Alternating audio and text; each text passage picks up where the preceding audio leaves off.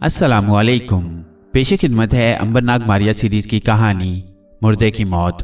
मारिया खौफ से छत को तकने लगी, कहीं वो सचमुच मर तो नहीं जाएगी। उसके दिल में यही ख्याल बार बार आने लगा। कुल्हाड़े वाला देवनुमा आदमी उसकी तरफ बढ़ता हुआ करीब आकर खड़ा हो गया।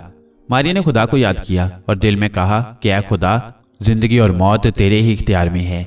कोई शय तेरे हुक्म के बगैर अपनी जगह से हरकत नहीं कर सकती। तू मुझे अपनी पनाह में रखना।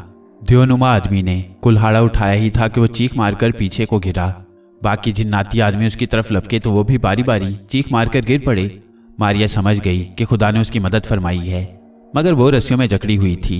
उसे पता नहीं चल सकता था कि इन लोगों को क्या हुआ है। सारे के सारे जालिम आदमी फर्ज पर बेहिस्सो हरकत पत्थर बनकर पड़े थे। इतने में एक रोशन और चमकीला हाथ मारिया की तरफ बढ़ा। उस नौरानी हाथ में से रोशनी की किरणें फूट रही थीं। ये मुकद्दस हाथ मारिया के चेहरे के ऊपर आकर रुक गया। मारिया का चेहरा उस हाथ की रोशनी में चमक उठा। उसे बड़ी प्यारी और रहम भरी आवाज सुनाई दी, मारिया, तूने हिरनी के बच्चे की जान बचाकर एक नेक काम किया है। तुम्हें इस नेक काम का इनाम मिल रहा है। उठो और वापस अपने भाई के पास जाओ। इस आवाज के साथ ही नौरानी हाथ गायब हो गया। मारिया ने महसूस किया कि उसके जिस्म से लिपटी हुई रस्सियां खुल चुकी हैं। वो चबूतरे पर से उठकर गार से निकली और ताक के सुराख में से गुजरकर पंडित की हवेली की ड्योढ़ी में आ गई। ड्योढ़ी में आते ही उसका जिस्म एक बार फिर गायब हो गया। मारिया की सारी ताकत उसे वापस मिल गई थी। मारिया ने खुदा का शुक्र अदा किया और ड्योढ़ी से निकलकर अंबर की तरफ रवाना हो गई। उस वक्त शहर पर जर्द धूप फैली थी और सूरज मगरिब में गुरूब हो रहा था। वो ठाकुर सहाक की हवेली में आई तो देखा कि अंबर अपने कमरे में बेचैनी से टहल रहा था। मारिया की खुशबू पाते ही वो चौंक कर खिड़की से बाहर तकने लगा। मारिया उसके करीब आकर बोली, अंबर, मैं वापस आ गई हूँ। अंबर ने इत्मीनान का सांस लिया और बोला, ये तुम्हें क्या सूझी थी कि हिरनी के बच्चे की जान बचाने निकल खड़ी हुई? इतनी देर कहाँ लगा दी, मैं तो परेशान हो गया था। मारिया ने अंबर को सारा वाकया सुनाकर कहा, अंबर, इंसान को उसके अच्छे और बुरे काम का बदला इस दुनिया में जरूर मिलता है।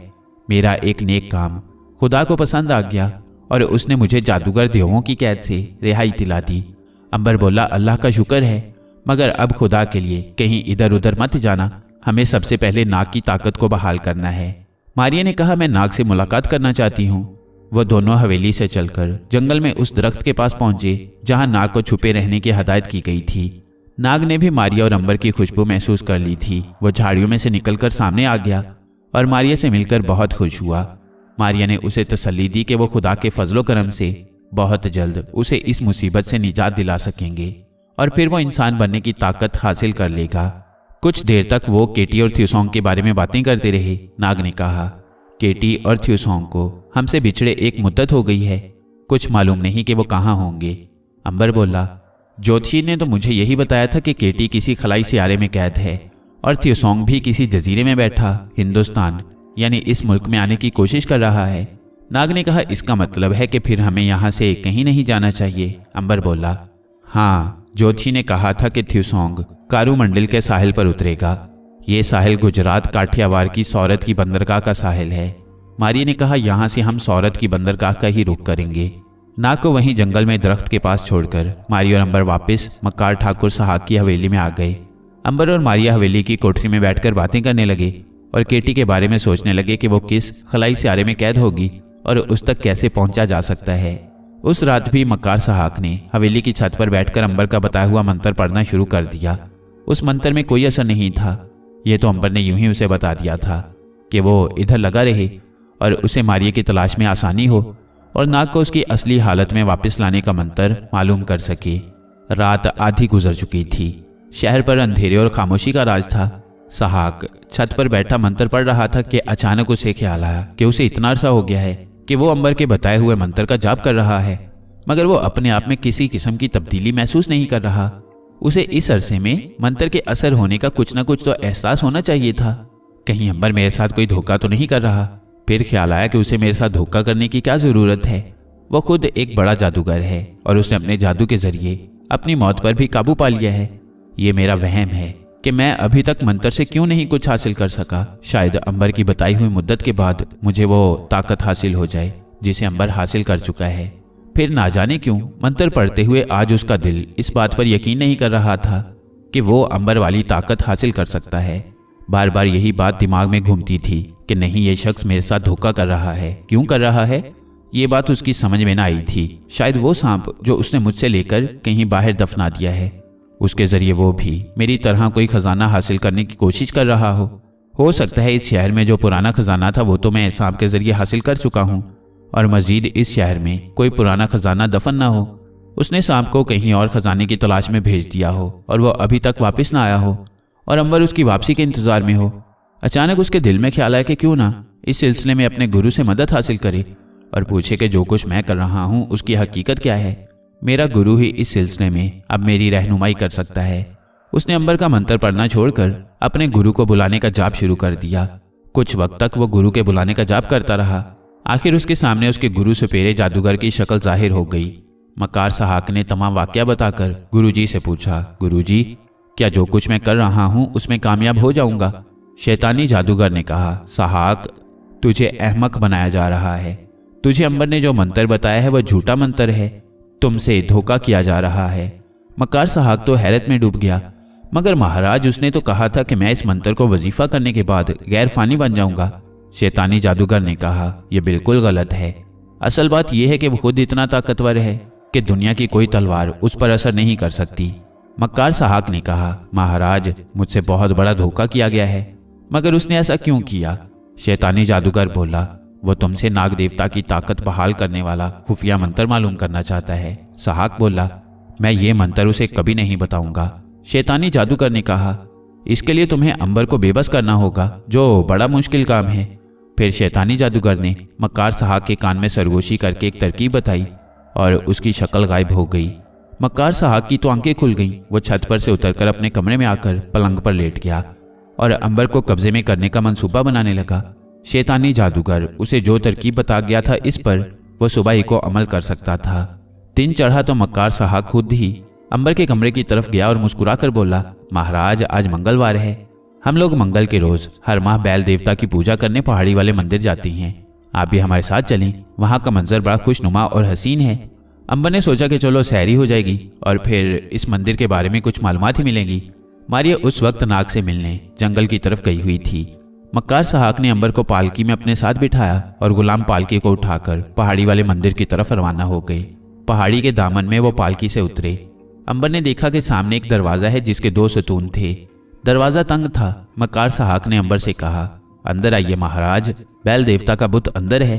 अंबर बेनियाजी से सहाक के हमरा अंदर चला गया। ये मंदिर एक तंगोतारी कमरे में बंद था। मक्कार सहाक ने एक चिराग रोशन करके पत्थर के ताक में रख दिया। उस चिराग की रोशनी में अंबर को दीवार में एक और दरवाजा दिखाई दिया। मक्कार सहाक बोला, बैल की मूर्ति इसके अंदर वाले कमरे में है। आइए महाराज, आपने ऐसी खूबसूरत मूर्ति पहले कभी नहीं देखी होगी। ये सोने की बनी हुई है। अंबर उस दरवाजे से भी गुजर गया।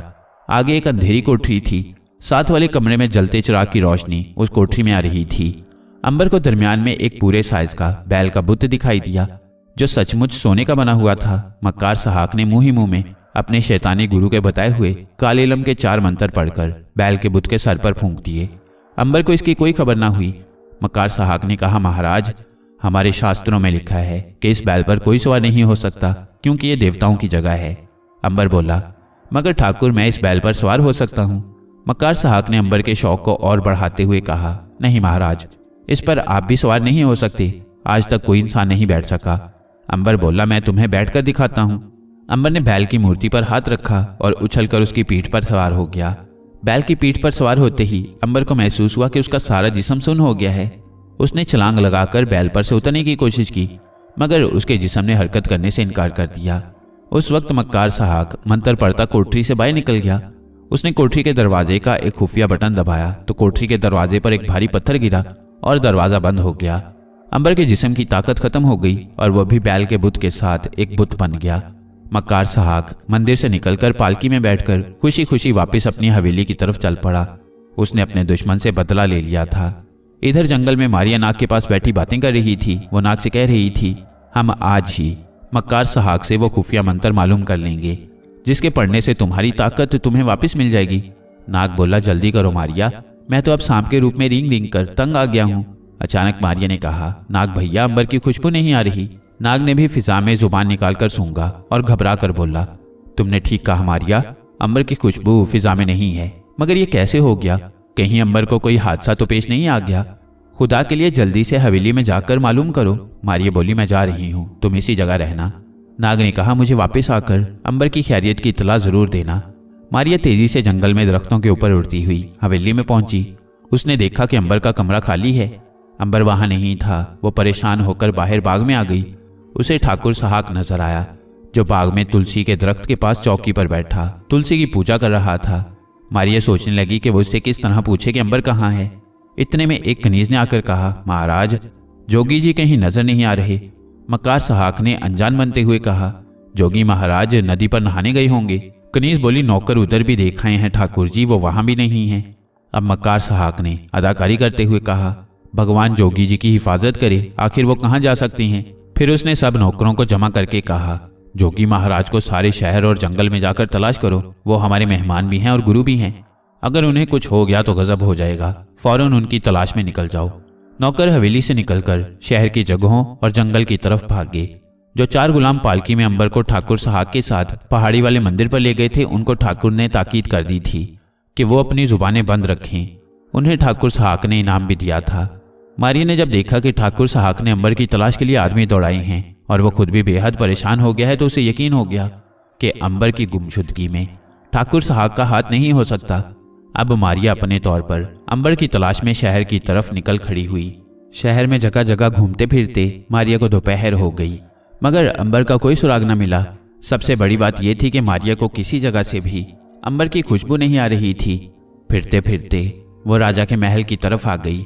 इस महल में उसने कई रोज बसर किए थे, मगर इस महल से भी उसे अंबर की खुशबू कहीं से नहीं आ रही थी। मारिया नाउमीद सी होकर जंगल में आ गई। उसने नाग से कहा, नाग भैया, कुछ समझ में नहीं आ रहा कि अंबर कहाँ गुम हो गया है। मैंने शहर और महल का चप्पा चप्पा छान मारा है, मुझे वो कहीं नहीं मिला। नाग ने कहा, कहीं उसे मक्कार सहाक ने तो किसी जगह गायब नहीं कर दिया? नहीं, ऐसा नहीं है। मारिया ने कहा, वो खुद अंबर के गुम हो जाने से बहुत परेशान है। वो तो उससे गैर फानी बनने का राज मालूम करने वाला था। उसने तो अपने सारे नौकरों को अंबर की तलाश में दौड़ा दिया है। नाग चुप हो गया। मारिया भी सोचने लगी, फिर बोली, नाग, क्या ऐसा नहीं हो सकता कि तुम अपने किसी अक्लमंद सांप को बुलाकर उससे मशवरा करो? शायद किसी सांप को पता हो कि अंबर कहाँ गुम हो गया है। नाग बोला, मेरी नाग देवता की ताकत इस वक्त मेरे पास नहीं है, मैं किसी सांप को नहीं बुला सकता। मारिया ने कहा, तुम नाग देवता बनकर ना सही, सांप का दोस्त बनकर किसी बुजुर्ग सांप का मशवरा ले सकती हो। नाग की समझ में ये बात आ गई, क्योंकि सांप अपनी अकल की वजह से बहुत मशहूर होते हैं और बुजुर्ग सांप तो बहुत ज्यादा अक्लमंद होता है। उसने कहा, मैं कोशिश करता हूँ। ये एक पुराना जंगल है, हो सकता है यहाँ कोई बुजुर्ग सांप रहता हो। नाग ने सांप की आवाज निकाली और कहा, मैं एक सांप बोल रहा हूँ। अगर इस जगह कोई सांप है तो आए, मुझे उससे कुछ पूछना है। मारिया और नाग खामोशी से जंगल में तकने लगे। थोड़ी ही देर बाद घास पर गिरे पड़े सूखे पत्तों में सरसराहट हुई और नाग ने देखा कि एक सफेद सांप आहिस्ता आहिस्ता रेंगता उनकी तरफ बढ़ रहा था। करीब आकर उस सफेद सांप ने नाग को कोई सलाम न किया, क्योंकि उसके जिस्म से नाग देवता की किरणें नहीं निकल रही थीं। सफेद सांप भी नाग को एक आम सुरख सांप समझ रहा था। नाग ने देखा कि सफेद सांप काफी बूढ़ा सांप है। सफेद सांप पास आकर कुंडली मारकर बैठ गया और अपना फन उठाकर बोला, बेटा, तुमने किस लिए याद किया? तुमको किस किस्म का मशवरा चाहिए? मारिया पास ही खामोश खड़ी थी। नाग ने कहा, मोहतरम बुजुर्ग, मेरा एक मालिक था, वो गायब हो गया है। क्या तुम बता सकते हो कि वो इस शहर में है या कहीं बाहर चला गया है? उसके जिस्म से मेरी खुशबू आती है। सफेद सांप बोला, सुरख सांप, इस बारे में मुझे कुछ मालूम नहीं। हाँ, अगर तुम मेरे साथ चलो तो मैं तुम्हें अपने दादा सांप से मिलवाता हूँ, वो शायद तुम्हारी कुछ मदद कर सके। नाग ने कहा, नाग देवता तुम्हारा भला करे, मुझे अपने दादा सांप के पास ले चलो। नाग सफेद सांप के पीछे रेंगने लगा। मारिया भी उनके साथ साथ चल रही थी। सफेद सांप नाग को लेकर एक पुराने और बहुत बड़े दरख्त के नीचे ले आया। नाग ने देखा कि यहाँ दरख्त की लटकती जड़ों के दरमियान एक बहुत ही बूढ़ा धारीदार सांप बैठा ऊँग रहा है। उसके सर पर छोटे छोटे सफेद बाल निकल आए थे। नाग समझ गया कि यह सांप कम से कम 2000 साल की उम्र का है। नाग ने उसे जाकर अदब से सलाम किया और एक तरफ होकर बैठ गया। अचानक बूढ़े सांप ने अपनी गर्दन ऊपर उठाई और फिर जल्दी से अपनी गर्दन झुकाकर बोला, ए मुकद्दस नाग देवता, मैं आपको सलाम करता हूँ। नाग और सफेद सांप दोनों चौंक पड़े। सफेद सांप तो हैरान होकर नाग को देखने लगा। नाग ने ताज्जुब से कहा, दादा सांप, आपको कैसे पता चल गया कि मैं नाग देवता हूँ? दादा सांप बोला, मुकद्दस नाग देवता, मैंने आज तक किसी को दुख नहीं दिया, किसी के बारे में बुरा नहीं सोचा। इसकी वजह से मेरा दिल रोशन हो गया है और मुझे हर चीज़ की असली तस्वीर नजर आ जाती है। मैं जानता हूँ कि आप मुकद्दस नाग हैं, मगर आपकी ताकत किसी दुश्मन ने छीन ली है। मारिया भी बड़े शौक से दादा सांप को देख रही थी। अब सफ़ेद सांप भी नाग के आगे अदब से बैठ गया था। नाग ने कहा, दादा सांप, आप वजह फरमा रही हैं। मैं वाकई नाग देवता हूँ, मगर मेरी ताकत यहाँ के एक मक्कार सपेरे सहाक ने छीन ली है। मेरी ताकत बहाल करने का खुफिया मंत्र भी उस मक्कार सपेरे के पास है। मेरा भाई अंबर उस सपेरे से खुफिया मंत्र मालूम करने के लिए जतन कर रहा था कि वो खुद ना जाने कहाँ गायब हो गया है। अब मैं उसका खोज लगाना चाहता हूँ। दादा सांप ने कहा, मुकद्दस नाग देवता, जो ताकत आपने हमें अता कर रखी है और जो ताकत मेरे बेदाग किरदार और खल्के खुदा को तंग ना करने की वजह से खुदा ने मुझे अनायत फरमाई है, उसकी रोशनी में मुझे नजर आ रहा है कि अंबर आपका भाई इसी शहर में जमीन के अंदर किसी जगह मौजूद है, मगर मैं उसके गिर्द तिलिस्मी शुआओं का एक बहुत बड़ा दायरा देख रहा हूँ जिसको कोई सांप या इंसान पार नहीं कर सकता। नाग ने पूछा, फिर मैं अपने भाई को कैसे जमीन से बाहर निकाल सकता हूँ? क्या वो खुद भी जमीन से बाहर नहीं निकल सकता दादा सांप? दादा सांप ने कहा, मुकद्दस नाग देवता, मैं देख रहा हूँ कि अंबर सोने के बुत में तब्दील हो गया है। उसके गिर्द जो तिलिस्मी मंत्रों का दायरा बना दिया गया है वो इस जगह से काफी दूर तक फैला हुआ है। पहले उसको खत्म करना चाहिए, इसके बाद आप अंबर के पास पहुंचकर उसे निकालने की कोशिश कर सकती हैं। नाग ने सवाल किया, दादा सांप, ये तिलिस्मी दायरा किस तरीके से बेअसर किया जा सकता है? बुजुर्ग सांप ने कहा, मुकद्दस नाग, यहाँ से दूर समुंदर में अगर आप एक दिन और एक रात का सफर करें तो समुंदर के बीच में मोंगे की बनी हुई एक स्याह चट्टान आएगी। उस चट्टान के नीचे एक कुदरती सुरंग है। उस सुरंग में पूरे चांद की रात को एक बहुत बड़ा कछुआ आकर 7 अंडे देता है। अंडे देने के फौरन बाद वो इन 7 अंडों को खा जाता है। अगर किसी तरह से आप उन अंडों में से एक अंडा उठाकर ले आएं और उसके जर्द सफूफ को अंबर के जिस्म पर लगाएं तो अंबर के गिर्द फैले हुए तिलिस्मी दायरे का असर खत्म हो जाएगा। नाग ने कहा, मैं वो अंडा लाने की कोशिश करूंगा। दादा सांप बोला, मगर इसमें खतरा भी है क्योंकि कछुआ बड़ा खूंखार हो गया है। अगर उसने आपको पकड़कर निकल लिया तो आप उसके पेट से बाहर नहीं निकल सकेंगे। नाग ने कहा, मैं अपने भाई अंबर के लिए ये खतरा मोल लेने पर तैयार हूँ। नाग ने दादा सांप को ये नहीं बताया था कि मारिया भी उसके साथ है जो गायब रहती है और एक गैबी औरत बड़े आराम से कछुए का अंडा उड़ा लेगी। जब सांप रुखसत लेकर जाने लगा तो दादा सांप बोला, मुकद्दस नाग देवता, मैं जानता हूँ कि आपके साथ एक गैबी औरत भी है और आप उससे काम लेने के बारे में सोच रही हैं, मगर ये जहन में रखें कि कछुए के अंडे को अगर किसी गैबी औरत या गैबी रूह का हाथ लगा तो वो पानी बनकर बह जाएगा। मारिया चौंक पड़ी कि दादा सांप को उसकी मौजूदगी का पता है। नाग भी हैरान हुआ। उसने कहा, दादा सांप, माफ करना, मैंने मारिया के बारे में आपको इसलिए नहीं बताया कि मैं इसकी ज़रूरत नहीं समझ रहा था। वो वाकई मेरे साथ है, लेकिन जैसा कि आपने कहा है अब तो वो भी सिवाय इसके मेरी और कोई मदद नहीं कर सकती कि मुझे समुद्र में मोंगे की चट्टान तक पहुंचा दे। दादा सांप बोला, खुदा आपकी हिफाजत करे मुकद्दस नाग। अगर अंडा मिल गया तो मेरे पास आ जाइएगा, फिर मैं अपने सांप को भेजकर ये पता करवा लूंगा कि अंबर जमीन में किस जगह सोने का बुत बना दफन कर दिया गया है, क्योंकि मैं सांपों पर कछुए का अंडे का सफूफ मल दूंगा जिससे उन पर तिलिस्मी लहरों का असर नहीं होगा। ऐसा ही होगा दादा सांप, मैं सीधा आप ही के पास आऊंगा। ये कहकर नाग मारिया के साथ वहां से चल दिया। जंगल से बाहर निकलकर मारिया ने कहा, ये दादा सांप तो बड़ा रोशन ज़मीर सांप है, इसको मेरी मौजूदगी का भी इल्म हो गया। नाग कहने लगी, तुम ठीक कहते हो नाग। अच्छा, अब मेरा ख्याल है कि हमें समुंदर की तरफ अपना सफ़र शुरू कर देना चाहिए। मैं तुम्हें उठा लेती हूँ क्योंकि तुम खुद उकाब बनकर मेरे साथ परवाज नहीं कर सकते। नाग ने ठंडा सांस भरकर कहा, अब तो वो हवा में उड़ना मुझे ख्वाब लगता है। मारिया ने कहा, अल्लाह ताला की रहमत से मायूस होना गुनाह है। अच्छा वक्त भी जल्द आ जाएगा। अब मैं तुम्हें उठाकर अपनी गर्दन में लपेट लूंगी, फिर हम यहाँ से समुंदर की तरफ सफ़र शुरू कर देंगे। मैं तैयार हूँ, नाग ने आहिस्ता से कहा। मारिया ने नाग को जो सुरख सांप की शक्ल में था उठा लिया। मारिया के हाथ में आते ही नाग गायब हो गया। अब उसे सिवाय मारिया की और कोई नहीं देख सकता था। मारिया ने नाग को अपनी गर्दन में लपेट लिया और हवा में उछलकर ऊपर को उठी और दरख्तों के ऊपर आकर उसने अपना रुख समुंदर की तरफ कर लिया और तेजी से उड़ना शुरू कर दिया। वो सारी रात उड़ती रही। जब सूरज की रोशनी जमीन पर फैली तो मारिया को दूर समुंदर दिखाई दिया। उसने नाग से कहा, नाग भैया, हम समुंदर के किनारे पहुंच रहे हैं। नाग को भी दूर समुंदर का पानी सूरज की धूप में चमकता नजर आने लगा था। उसने कहा, मारिया, हमें इसी रुख पर समुंदर में सफर करना होगा। मारिया बोली, दादा सांप के कहने के मुताबिक एक दिन और एक रात के सफर के बाद हमें खुले समुद्र में मोंगे की स्याह चट्टान नजर आ जाएगी। खुदा ने चाहा तो ऐसा ही होगा। नाग ये कहकर खामोश हो गया। मारिया किसी तेज उकाब से भी ज्यादा तेजी से हवा में उड़ रही थी, जिसकी वजह से फासला जल्दी तय हो रहा था। मारिया ने कहा, नाग भैया, अगर मैं इसी रफ्तार से उड़ती रही तो मेरा ख्याल है कि हम कल सुबह मोंगे की चट्टान के पास पहुंच जाएंगे। मेरा अंदाजा तो यही कहता है। नाग ने कहा, हो सकता है। मारिया अब समुंदर के ऊपर उड़ रही थी। उसके नीचे नीले समुंदर की बड़ी बड़ी मौजें साहिल की तरफ उभर उभर कर बढ़ रही थीं। मारिया उड़ती चली गई। इसी तरह दिन गुजर गया। यहाँ समुंदर इतना वसी था कि उसका कोई किनारा नजर नहीं आता था। चारों तरफ पानी ही पानी था। खुदा की खुदाई याद आ रही थी। मारिया समुंदर से कोई 50 फुट की बुलंदी पर उड़ रही थी। उसने कई शार्क मछलियों को समुद्री लहरों में उभरते देखा। रात हो गई। आसमान पर तारे निकल आए। समुंदर की लहरें पुरसुकून थी। तारों का अक्स समुंदर में पड़ा तो मारिया को यूं लगा जैसे वो दो आसमानों के दरमियान हवा में उड़ी चली जा रही है। यूं ही समुंदर के ऊपर उड़ते उड़ते रात भी गुजर गई। दिन निकला तो दूर मारिया ने एक चट्टान को समुंदर से उभरे हुए देखा। नाग, वो देखो, मेरा अंदाजा ठीक ही निकला। हम वक्त से पहले मोंगे की स्याह चट्टान के पास पहुंच गए हैं। नाग ने भी स्याह चट्टान को दूर से देखा तो बोला, खुदा करे ये वही मोंगे की चट्टान हो। मारिया चट्टान के करीब आई तो देखा कि एक बहुत बड़ी चट्टान थी जो वाकई मोंगों की बनी हुई थी। उसका रंग भी स्याह ही था। उसने नाग से कहा, यही वह चट्टान है नाग, मैं इस पर उतर रही हूँ। मारिया फिजा में से उतरकर चट्टान की सतह पर पत्थरों के दरमियान खड़ी हो गई। समुंदर की लहरें चारों तरफ से आकर टकरा रही थी और शोर पैदा कर रही थीं। नाग बोला, बिल्कुल वीरान चट्टान है।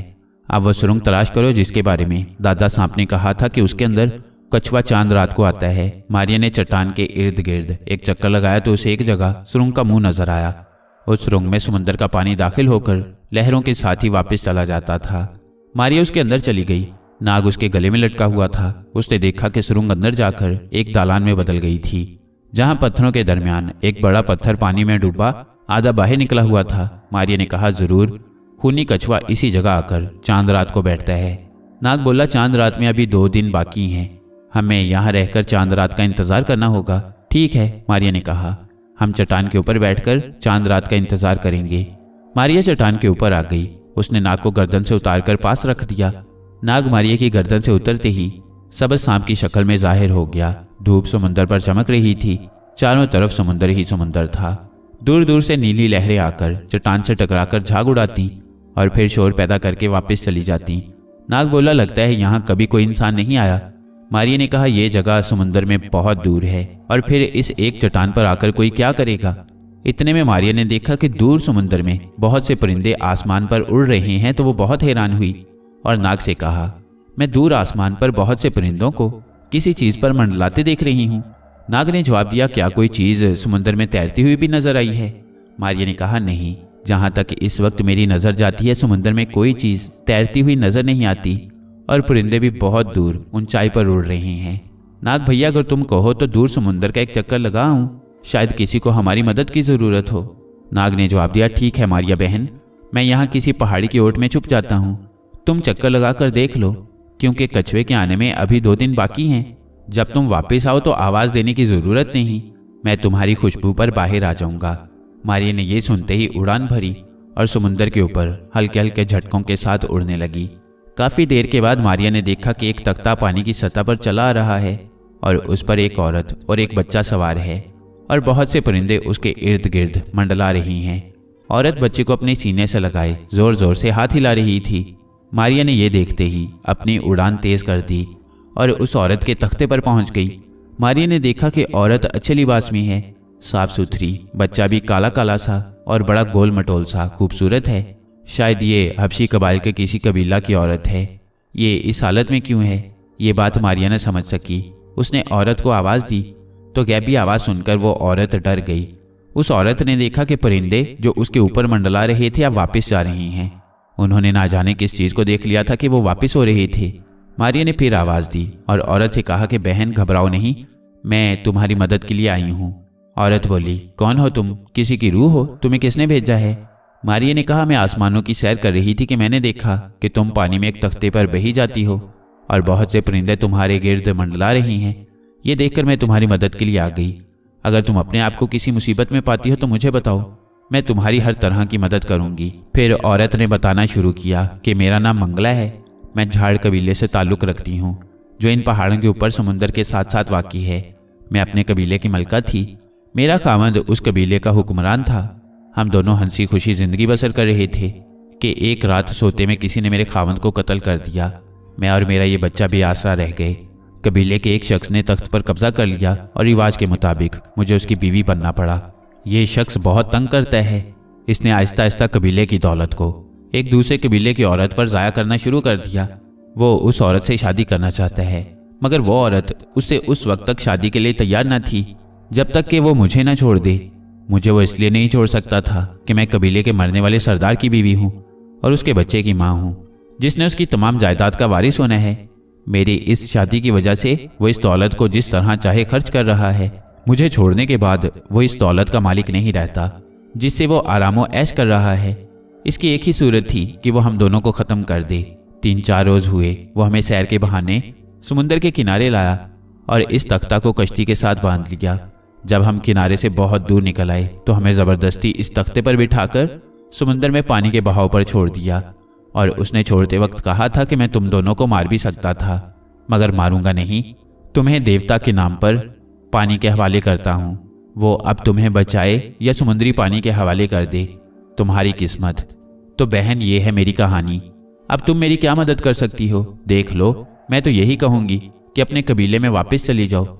मारिया ने कहा, देखो बहन, अब इस तख्ते के ज़रिए तुम अपने कबीले तक वापस ना जा सकोगी। अल्लाह ताला ने मुझको एक ख़ास ताकत दी है, मैं उसे इस्तेमाल करते हुए तुम दोनों को उठा लेती हूँ। उठा लेने के बाद रास्ते की निशानदेही तुम करती जाना, मैं तुम्हें तुम्हारे कबीले में पहुँचा दूंगी। मंगला ने कहा, अच्छी बहन, जैसे तुम मुनासिब समझो कर लो। मारिया ने एक बगल में औरत और दूसरी में बच्चे को उठा लिया और मंगला के बताए हुए रास्ते पर उड़ते उड़ते उनके कबीले तक जा पहुंची। जिस वक्त वो कबीले के करीब पहुंचे तो आधी रात गुजर चुकी थी। मंगला ने मारिया को बताया कि वो झोंपड़ी जिसके बाहर दिया जल रहा है वो हमारी है। मारिया ने मंगला से कहा कि अभी हम उस झोंपड़ी के अंदर दाखिल होती हैं, तुम बिल्कुल खामोशी से तमाशा देखना। मैं तुम्हारे शोहर को हल्की सी सजा दूंगी और उससे वादा लूंगी कि आइंदा वो जिंदगी भर ना तो तुम्हें तंग करेगा और ना ही तुम्हें छोड़कर दूसरी शादी करेगा। मारिया ने झोंपड़ी में दाखिल होकर मंगला को एक कोने में उतार दिया और बच्चा उसकी गोद में दे दिया। मारिया ने देखा कि झोंपड़ी बहुत खूबसूरती से सजाई हुई है।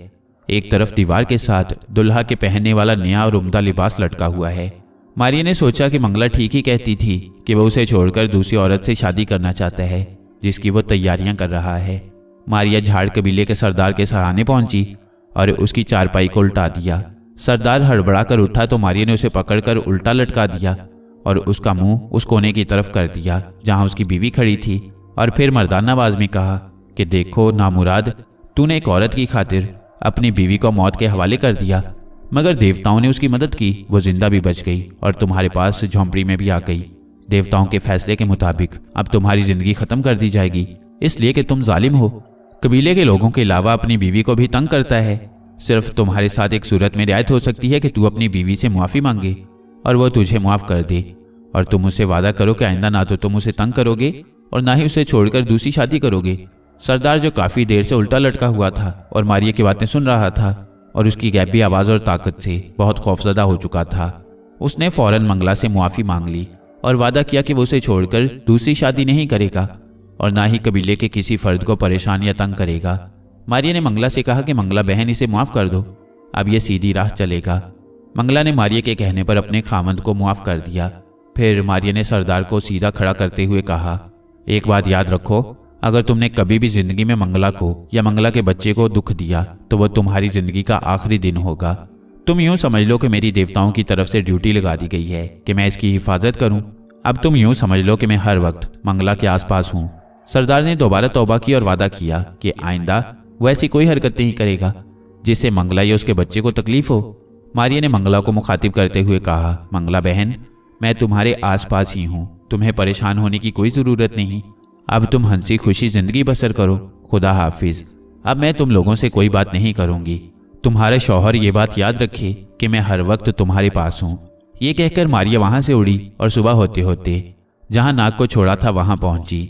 मारिया के चट्टान पर आते ही नाग एक चट्टान की ओर से बाहर निकला और कहा, मारिया तुम आ गई हो। मारिया ने हाँ में जवाब दिया और सारी दास्तान जो गुजरी थी सुना दी। नाग और मारिया ने उस चट्टान पर दूसरा दिन भी गुजार दिया। अगले दिन रात को चांद निकल आया। सारे समुद्र पर खूबसूरत चांदनी फैल गई। ये चांद रात थी। आधी रात को दादा साम के कहने के मुताबिक खूंखार कछुए ने चट्टानी गार में आकर 7 अंडे देने थे। मारिया ने नाग से कहा, नाग, आधी रात होने वाली है, कछुए के आने का वक्त हो रहा है, हमें गार में छुपकर बैठ जाना चाहिए। मारिया चट्टान की गार में उस जगह आकर पत्थरों के पीछे हो गई। उसे छुपने की जरूरत नहीं थी क्योंकि वो किसी को नजर नहीं आती थी। सांप नाग भी उसके हाथ में था जो नजर नहीं आता था, फिर भी वह एहतियात से काम ले रही थी। नाग ने कहा, कछुआ इस पत्थर पर आकर अंडे देगा, तुम मुझे उतार दो, मैं इस पत्थर के नीचे जाकर छुप जाता हूँ। मारिया ने नाग को पत्थरों पर छोड़ दिया। उसने कहा, नाग भैया होशियार रहना, कछुआ बड़ा खूनी है, कहीं वो तुम पर हमला न कर दे। नाग बोला, फिक्र मत करो, मैं चौकस रहूंगा। नाग सांप की शक्ल में पत्थर के चबूतरे की एक तरफ छुप गया। गार में गहरी खामोशी थी, सिर्फ बाहर से समुद्र की लहरों की आवाज आ जाती थी। इतने में लहरों की आवाजें आईं। मारिया ने आहिस्ता से कहा, नाग शायद कछुआ आ रहा है। नाग भी चौकन्ना हो गया। वो सुरख सांप की शक्ल में पत्थर के नीचे चिमटा हुआ था, सिर्फ उसकी छोटी सी गर्दन ऊपर उठी थी। मारिया भी गार के दरवाजे की तरफ देख रही थी जहां हल्की हल्की चांदनी फैली थी। उन्होंने देखा कि एक बहुत बड़ा कछुआ गार में आहिस्ता आहिस्ता रेंगता दाखिल हो रहा था। ये काफी बड़ा कछुआ था। उसकी चारों टांगें कश्ती के पतवारों की तरह चल रही थीं। नाग ने अपनी गर्दन नीची कर ली। कछुआ रेंगता हुआ पत्थर के ऊपर चढ़कर बैठ गया। उसकी मोटी गर्दन अपने सख्त पथरीले खोल में हिल रही थी। नाग ने चारों तरफ गर्दन घुमाकर अपनी लाल लाल आंखों से देखा। फिर उसने एक के बाद एक 7 अंडे दिए जिनका रंग स्याह था। ये जगह जहां अंडे गिरे कच्ची थी। नाग इसी इंतजार में था। कछुए ने क्या किया कि अंडे देते ही उन्हें मुंह मार मार कर निगलना शुरू कर दिया। इससे पहले कि नाग रेंगकर चबूतरे पर आता, कछुआ 6 अंडे निगल गया था। नाग ने झपटकर 7वें अंडे को मुंह में उचकना चाहा, मगर इस अरसे में कछुआ होशियार हो गया था। उसने सांप को देखा तो उसके मुंह से एक वहशतनाक फुंकार निकली। नाग ने 7वें अंडे पर मुंह मारा ही था कि कछुए ने नाग को अपने दोनों बड़े बड़े हाथों में जकड़कर अपने मुंह में डाल लिया। मारिया की चीख निकल गई। कछुए ने चौंक कर देखा। वह फुंकारने लगा। उसके नथनों से चिंगारियां निकलने लगी। मारिया लपक कर कछुए की तरफ आई, मगर कछुआ नाग को निकल चुका था और नाग कछुए के मैदे में पहुंच गया था। मारिया ने कछुए को पकड़कर एक तरफ जोर से फेंका। कछुआ दीवार के साथ गिरा और उसने गार में समुंदर की तरफ भागना शुरू कर दिया। उसकी रफ्तार बहुत सुस्त थी। मारिया उसे उठा उठा कर गिरा रही थी, लेकिन कछुआ नाग को नहीं उगल रहा था। इसी कशमकश में कछुआ गार से बाहर निकल आया। सामने गहरा समुंदर था। कछुए ने समुंदर में डुबकी लगा दी और मारिया की नजरों से गायब हो गया। मारिया भी समुंदर में उतर गई। उसने कछुए को गहरे पानियों में जाते देखा। समुंदर के नीचे पहाड़ियां ही पहाड़ियां थीं, जिनके दरमियान गुंजान झाड़ियां ऊपर को लहरा रही थीं। यहां अंधेरा गहरा हो गया। कछुआ उन झाड़ियों में किसी खो में घुसकर मारिया की नजरों से ओझल हो गया। मारिया देर तक समुंदर की गहराई में कछुए को ढूंढती रही, मगर कछुआ उसके हाथ में ना आया। मारिया समुंदर से निकलकर गार में आ गई। खुशकिस्मती से कछुए का 7वां अंडा बच गया था और कच्चे चबूतरे पर पड़ा था। मारिया को दादा सांप का कहना याद आ गया कि अगर किसी गैबी औरत या गैबी रूह का हाथ अंडे को लगा तो वो पानी बनकर बह जाएगा। मारिया परेशान थी कि अंडा किस तरह दादा सांप के पास लेकर जाए कि वो अंबर को असली हालत में वापस ला सके। उसे दूर एक पत्थर नजर आया जो नोकीला था, तो उसको एक तजवीज सूझी। उसने वो नोकीला पत्थर उठाया और कच्ची जगह को चारों तरफ से खोदना शुरू कर दिया। उसने जमीन का उतना टुकड़ा खोदकर काट लिया और इस तरह अंडे को हाथ लगाए बगैर जमीन के टुकड़े को उठाकर और नाग को खुदा के हवाले करके वापस दादा सांप के डेरे की तरफ रवाना हो गई, क्योंकि वो अंबर को फिर से जिंदा करके उसके साथ यहाँ आकर कछुए को अगली चांद रात को पकड़ना चाहती थी। उसे यकीन था कि नाग कछुए के पेट में जिंदा रहेगा। मारिया कछुए का स्याह अंडा लेकर दादा सांप के पास पहुंच गई। उसने नाग के साथ जो हादसा हुआ था दादा सांप को बताया। वो बहुत फिक्रमंद हुआ। मारिया ने कहा, अगले चांद की रात को हम दोबारा उस चट्टान पर जाकर कछुए को काबू कर लेंगे। उस वक्त मेरे साथ अंबर भी होगा। अब आप इस अंडे को लेकर इसका सफूफ तैयार करके अपने किसी सांप को अंबर की तरफ रवाना करें कि वो उसके दुरुस्त ठिकाने का सुराग लगाए। दादा सांप ने मारिया की इस तरह अंडा उठाकर लाने की दाद दी और स्याह अंडे को दूसरे सांपों के हवाले कर दिया। उन्होंने अपने मुंह से गर्म हवा निकालकर अंडे पर डाली कि वह जलकर राख हो गया। दादा सांप ने उसमें से थोड़ी सी राख लेकर एक सांप के जिस्म पर लगाई और उसे हुक्म दिया, बेटा जाओ और ये पता करके आओ कि अंबर जमीन के अंदर किस जगह सोने का बुत बनाकर कैद कर दिया गया है। सांप उसी वक्त बाहर निकल गया। मारिया दादा सांप के पास ही बैठ गई। दादा सांप ने कहा, नाग मुकद्दस देवता है, कछुआ उसे हजम नहीं कर सकेगा, मगर चूंकि नाग की ताकत उसके पास नहीं है इसलिए वो अपने आप कछुए के पेट से बाहर भी नहीं निकल सकेगा। मारिया ने कहा, अंबर मिल गया तो हम चांद रात को जाकर कछुए को हलाक करके उसके पेट से नाग को निकाल लेंगे, क्योंकि अंबर की ताकत के सामने कछुए की ताकत बेकार होगी। 1 घंटे बाद सांप वापस आ गया। उसने बताया कि अंबर यहाँ से दूर पश्चिम वाली पहाड़ी के दामन में बैल देवता का जो मंदिर है, उस मंदिर की एक कोठरी में सोने के बैल के ऊपर खुद भी सोने का बुत बना बैठा है। सांप ने कहा, मगर वहां जादू की जबरदस्त लहरें फैली हुई हैं। दादा सांप, अगर मैंने अंडे का सफूफ ना मला होता तो जलकर राख हो जाता, फिर भी मुझे अपने जिस्म पर गरम गरम लहरें महसूस हो रही थीं। दादा सांप मुस्कुराया। उसने मारिया से कहा, बेटी, तुम अंडे का सफूफ अपने हाथ में लेकर अपने जिस्म की शुआओं पर गिरा दो। मारिया ने ऐसे ही किया। दादा सांप बोला, अब मैं तुम्हें बताता हूं कि बैल देवता का मंदिर कहाँ है। दादा सांप उस मंदिर से वाकिफ था। उसने मारिया को उसका सारा पता बता दिया और कहा, यह मंदिर सैकड़ों बरस पुराना है। इसे एक राजा ने खास तौर पर अपने दुश्मनों को सजा देने के लिए बनवाया था। अब इस पर मक्कार सहाक ने तिलिस्म कर रखा है, मगर तुम कछुए के अंडे के सफूफ की वजह से उस तिलिस्म से महफूज रहोगी। तुम्हें अंबर के बुत को जाकर 3 बार हाथ लगाना होगा, वो अपने आप जिंदा हो जाएगा। फिर तुम उसका बाजू थामकर बाहर निकलना। अगर बाजू छोड़ दिया तो उस पर दोबारा तिलिस्मी लहरों का असर हो जाएगा। मारिया ने उसी वक्त अंडे के सफूफ को अपने जिस्म की लहरों पर छिड़क दिया और दादा सांप से इजाजत लेकर बैल के मंदिर की तरफ रवाना हो गई। वो उसी रास्ते पर चल रही थी जो उसे दादा सांप ने बताया था। मैदानों और टीलों में से गुजरती मारिया आखिर उस पहाड़ी के दामन में पहुंच गई, जहां उसे एक सुरंग का दरवाजा नजर आया, जिसकी दोनों जानिब चौकोर सतून बने थे। ये मंदिर की निशानी थी। यहाँ आते आते 2-4 बार अपने जिस्म में झटके लगे। वो तिलिस्मी लहरों की हदूद में दाखिल हो गई थी। मंदिर के सुरंग का रास्ता नीम रोशन था। ये हल्की रोशनी अंदर से आ रही थी। मारिया ने देखा कि एक दालान में जगह जगह सतून खड़े हैं। कोने में उसे एक तंग दरवाजा नजर आया। वो उस दरवाजे में दाखिल हुई तो उसे ऐसी आवाजें सुनाई दी जैसे कोई शोर मचा रहा हो। मारिया तेजी से अंदर चली गई। अब उसने अंबर को देखा कि सोने का बुत बना एक सोने के बैल पर बैठा था। मारिया ने जाते ही अंबर के जिस्म को 3 बार छुआ। तीसरी बार छूने से अंबर जिंदा हो गया। मारिया, तुम हो, तुम्हारी खुशबू आ रही है। मारिया बोली, खुदा के लिए यहाँ से जल्दी निकल चलो, मैं तुम्हारा बाजू पकड़ रही हूँ। खबरदार अपना बाजू मत छुड़ाना, नहीं तो फिर बुत बन जाओगे। मारिया ने अंबर के बाजू को पकड़ लिया। अंबर बैल से नीचे उतर आया। मारिया उसे लेकर मंदिर के सुरंग से निकल आई। मारिया और अंबर वापस दादा सांप के पास आ गए। दादा सांप ने अंबर को देखकर कहा, तुम पर मक्कार सहाक के तिलिस्म का कोई असर नहीं होगा। अंबर ने दादा सांप का शुक्रिया अदा किया। जब उसे मारिया ने नाग के साथ गुजरे हुए हादसे का जिक्र किया तो वो परेशान हो गया। ये तो बहुत बुरा हुआ मारिया, हमें फौरन उस कछुए को जाकर हलाक करना होगा जिसके पेट में नाग है। उन्होंने दादा सांप का एक बार फिर शुक्रिया अदा किया और नाग की मदद करने समुद्र की तरफ चल पड़े। थ्यूसोंग दूर एक समुद्री खाड़ी के जंगल में मार्जिया के साथ किसी जहाज के वापस आने का इंतजार कर रहा था, ताकि उसमें बैठकर मार्जिया को उसके घर हिंदुस्तान के मगरबी साहिल कारूमंडल में पहुंचा सके। थ्यूसोंग को कुछ मालूम नहीं था कि अंबर और मारिया भी हिंदुस्तान के मगरबी साहिल से निकलकर नाग की तलाश में मोंगे की समुद्री चट्टान की तरफ आ रही हैं। एक रोज ऐसा हुआ कि समुद्री खाड़ी में एक छोटा बादबानी जहाज दाखिल हुआ जिस पर माल लदा हुआ था। उस जहाज का हिंदुस्तानी कप्तान गोवा का रहने वाला था, जो मार्जिया का अपना शहर था। थ्यूसोंग ने कप्तान से मिलकर उसे अपनी दुख भरी कहानी सुनाई।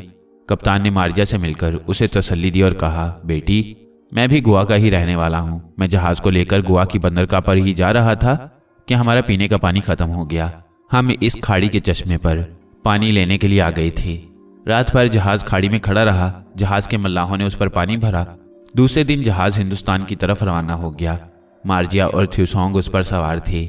इधर यह जहाज हिंदुस्तान की बंदरगाह गोवा की तरफ बढ़ रहा था और दूसरी तरफ अंबर और मारिया समुद्री चट्टान की तरफ समुद्र में सफर करते चले आ रही थी। अंबर एक कश्ती पर बैठा था, मारिया भी उसके पास ही थी। दरमियान में खुले समुद्र में समुद्री चट्टान थी, जहां चांद रात को कछुए ने एक बार फिर निकलकर 7 अंडे देने थे।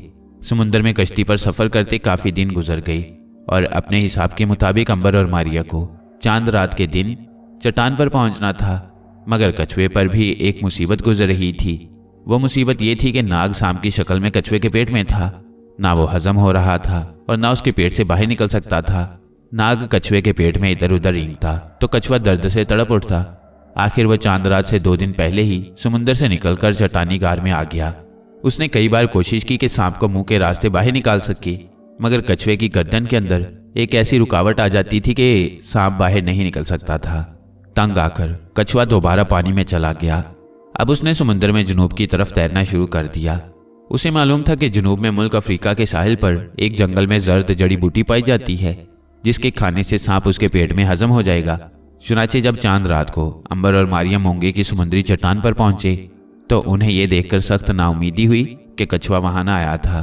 उन्होंने 2-3 रोज कछुए का इंतजार किया, मगर कछुआ वहां होता तो आता। मजबूर होकर अंबर और मारिया वापस हिंदुस्तान के मगरबी साहिल की तरफ रवाना हो गए कि चलकर दादा सांप को सारा माजरा सुनाते हैं। दूसरी जानिब समुद्र में वो बादबानी जहाज सफर करता हिंदुस्तान की तरफ बढ़ रहा था, जिस पर थ्यूसोंग और मार्जिया सवार थे।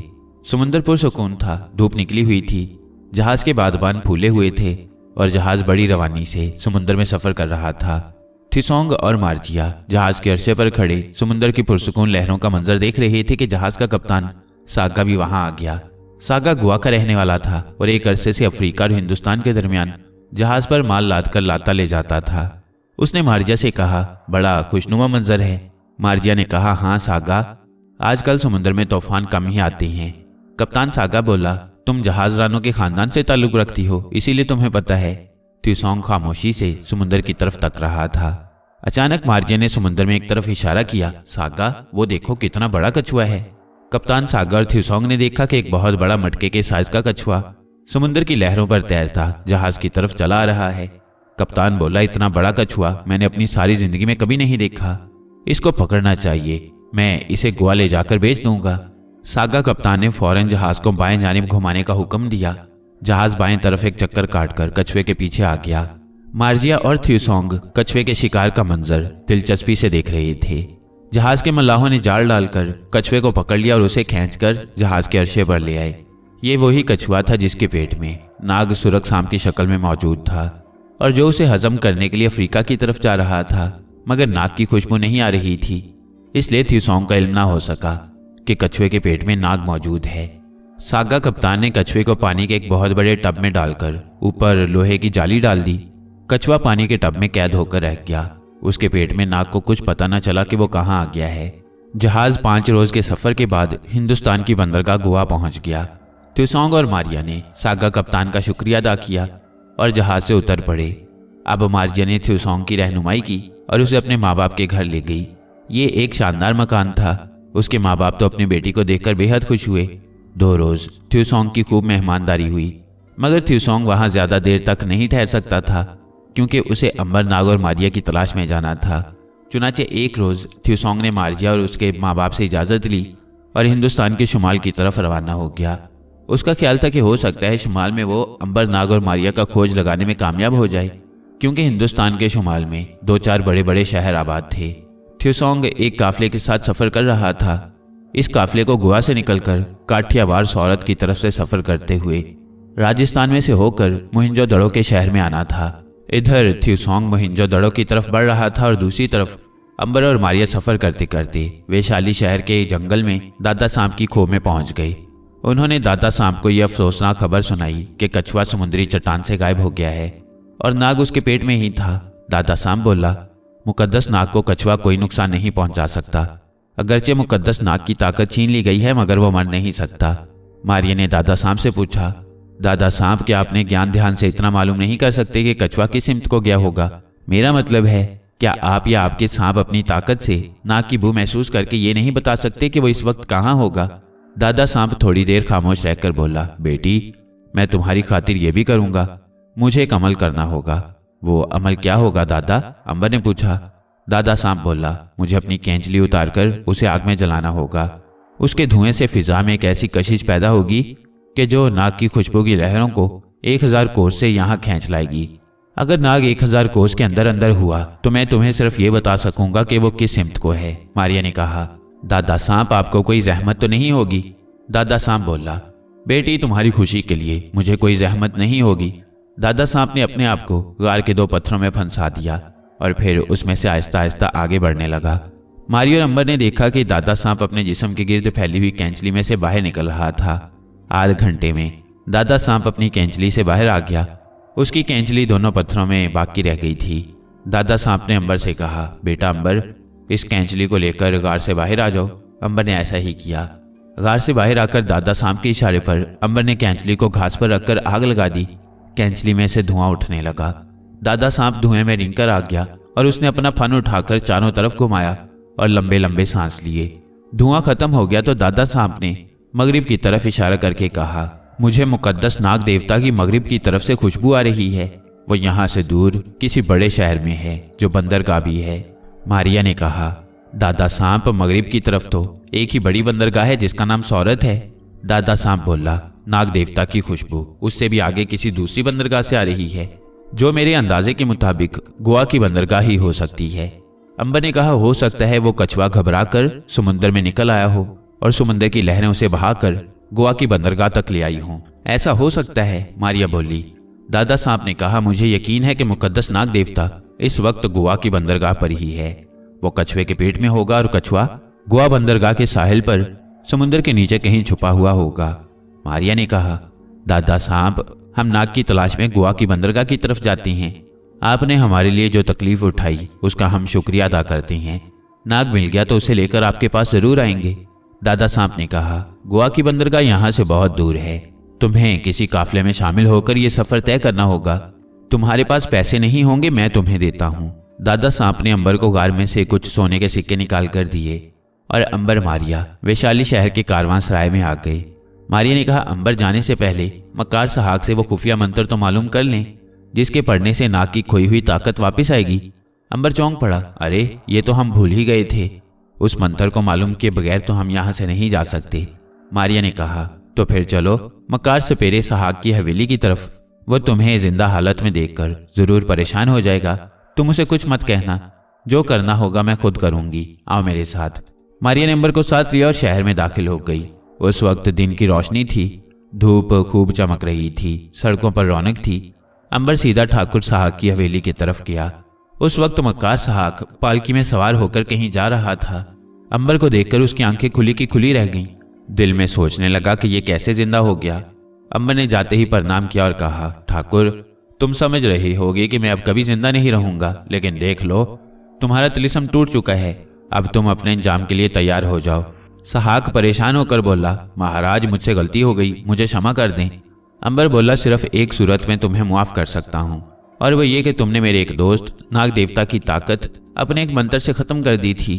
अगर तुम मुझे वो खुफिया मंत्र बता दो जिसके पढ़ने से नाग देवता की ताकत उसे वापस मिल जाएगी, तो मैं तुम्हें कुछ नहीं कहूंगा, नहीं तो तुम मेरे इंतकाम से नहीं बच सकोगे। मक्कार सहाक ने सोचा कि कोई चाल चलनी चाहिए। उसने कहा, महाराज, ये कौन सी मुश्किल बात है, मेरे साथ हवेली में चलें, मैं अभी आपको वो खुफिया मंत्र बताए देता हूँ। मारिया वहीं खड़ी है सब कुछ सुन रही थी। सहाक अंबर को अपने खास कमरे में ले आया। यहाँ पीतल की हांडियों में मुख्तलिफ किस्म के जहरीले सांप रखे हुए थे। सहाक ने मौका पाकर एक हांडी उलट दी। उसमें एक बड़ा ही जहरीला सांप बंद था। सांप फुंकार मारकर बाहर निकला, मगर उसे अंबर के जिस्म में से नाग देवता की खुशबू आई तो वहीं ताजीम करके झुक गया। अंबर ने सहाक को गर्दन से पकड़ लिया। तुम्हारी कोई चाल कामयाब नहीं हो सकेगी। तुमने देख लिया कि सांप ने तुम्हारा हुक्म मानने से इनकार कर दिया है। तुम मेरी ताकत से अभी वाकिफ नहीं हो। बताओ वो मंत्र क्या है। सहाक ने चालाकी से काम लेते हुए हाथ बांध दिए और बोला, महाराज, मुझे क्षमा कर दें, मैं आपकी ताकत से नावाकिफ था। आप यहाँ बैठें, मैं संदूक से खुफिया मंत्र निकाल कर लाता हूँ। मैंने उसे एक तख्ती पर लिख रखा है। अंबर ने कहा, जाओ मंत्र वाली तख्ती लेकर आओ। अंबर ने सरगोशी में मारिया से कहा, मारिया, इस खबीस आदमी के साथ जाओ। मारिया पहले ही तैयार थी। वह मक्कार सहाक के पीछे पीछे चल दी। सहाक अपनी हवेली के एक तय खाने में आ गया। यहाँ से एक खुफिया सुरंग हवेली के अंदर ही अंदर से निकलकर शहर से बाहर जाती थी। मक्कार सहाक का एक घोड़ा हमेशा यहाँ बंधा रहता था कि अगर कभी अचानक जरूरत पड़ जाए तो वो फरार हो सके। सहाक ने अपने खजाने की कोठरी को ताला लगाकर चाबी जेब में डाली और घोड़े पर सवार होकर भागने ही वाला था कि मारिया ने उसे घोड़े पर से नीचे गिरा दिया। सहाक हैरान हुआ कि उसे किसने धक्का दिया। मारिया ने कहा, शैतान सहाक, तुम खुफिया मंत्र बताए बगैर यहाँ से नहीं जा सकते। चलो संदूक में से खुफिया मंत्र की तख्ती निकालो और अंबर को जाकर वो मंत्र बताओ। सहाक समझ गया कि जोगी महाराज यानी अंबर की ताकत बहुत ज्यादा है और उसने किसी चुड़ैल को उसके पीछे लगा दिया है। उसने एक बार फिर एक चाल चली और हाथ बांधकर बोला, देवी जी जैसे आप कहती हैं मैं वैसे ही करता हूँ। सहाक तय खाने से निकलकर अंबर के पास आ गया। मारिया ने कहा, अंबर भाई ये शैतान फरार हो रहा था, मैं इसे तुम्हारे पास पकड़ लाई हूँ। सहाक ने हाथ जोड़कर कहा, महाराज मैं आपको खुफिया मंत्र बताता हूँ। इसके बाद मक्कार सहाक ने एक मंत्र अंबर को बताया और कहा, इसे 2 बार पढ़कर आप नाग देवता के जिस्म पर फूंकेंगे तो उसकी खोई हुई ताकत वापस आ जाएगी। अंबर ने कहा, तुम हमारे साथ धोखा तो नहीं कर रहे? मक्कार सहाक बोला, महाराज मैं आपके साथ धोखा नहीं कर सकता। आप बेशक अभी जाकर नाग देवता पर यह मंत्र आजमा ले। मैं हवेली में ही हूँ, मगर नाग तो वहां पर था ही नहीं। अंबर किस पर मंत्र आजमाता? उसको मजबूरन सहाक के बताए हुए खुफिया मंत्र पर एतबार करना पड़ा। याद रखो, अगर तुम्हारा मंत्र गलत निकला तो मैं यहाँ वापिस आकर तुम्हें ऐसा सबक सिखाऊंगा कि सारी जिंदगी याद रखोगे। सहाक आजिजी से बोला, महाराज मेरा मंत्र गलत नहीं है, आप अभी जाकर आजमा कर देख लें। अंबर ने मारिया से कहा, चलो मारिया अब यहाँ से चलकर मंत्र को आजमाती हैं। अंबर और मारिया सहाक की हवेली से बाहर आ गई। मारिया बोली, अगर ये मंत्र गलत हुआ तो हमें एक बार फिर इस शैतान के पास आना पड़ेगा। अंबर ने कहा, हम मजबूर हैं, क्या कर सकते हैं।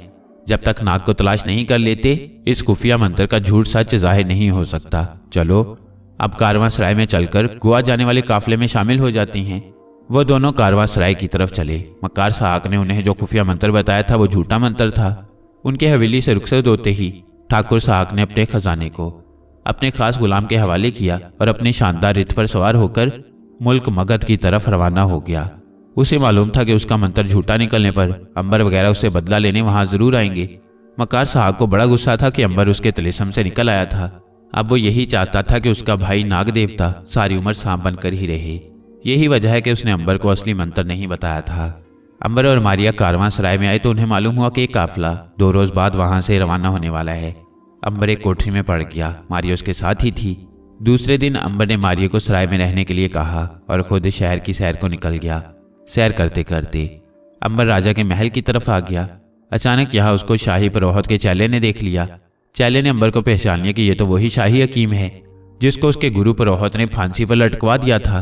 फिर ये कैसे जिंदा हो गया? अंबर ने भी उसे देख लिया था। अंबर को ख्याल आया कि क्यों न शाही पुरोहित को उसके जुल्म का बदला दिया जाए। वो लपक कर चेले के सामने आ गया। चेला अंबर को भूत समझकर थर थर कांपने लगा।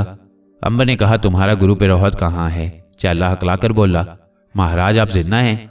अंबर ने कहा, हाँ तुम देख रहे हो कि मैं जिंदा हूं, मगर मैं तुम्हें कुछ नहीं कहूंगा। तुम मुझे सिर्फ इतना बता दो कि पुरोहित कहाँ है। चेले ने हाथ बांधकर कहा, महाराज मुझे माफ कर दें, गुरु पुरोहित इस शहर में नहीं है। अंबर ने डांट कर कहा, तुम बकवास करते हो। चेले ने कसम खाकर कहा, महाराज मैं झूठ नहीं बोल रहा। गुरु पुरोहित को मोहिंजोदड़ो गए 12 रोज हो गए हैं। अंबर बोला, चलो भाग जाओ यहाँ से। चेले ने झुककर सलाम किया और बोला, महाराज आप जिंदा कैसे हो गए? अंबर मुस्कुराया, ये एक राज है जो तुम्हें नहीं बताया जा सकता। वापस सराय में आकर अंबर ने मारिया को यह वाकया सुनाया तो वो बहुत हंसी। दूसरे रोज वो एक काफिले में शरीक हो गई और काफिला सुबह सुबह गोवा के शहर की तरफ अपने लंबे सफर पर रवाना हो गया। उन्हें पता चला कि ये काफिला रास्ते में पहले हड़प्पा में रुकेगा, फिर इसका क्या मोहिंजोदड़ो के शहर में होगा और वहां से चलकर काठियावाड़ और सौरत से होता हुआ 1 माह में गोवा के बंदरगाही शहर में पहुंचेगा।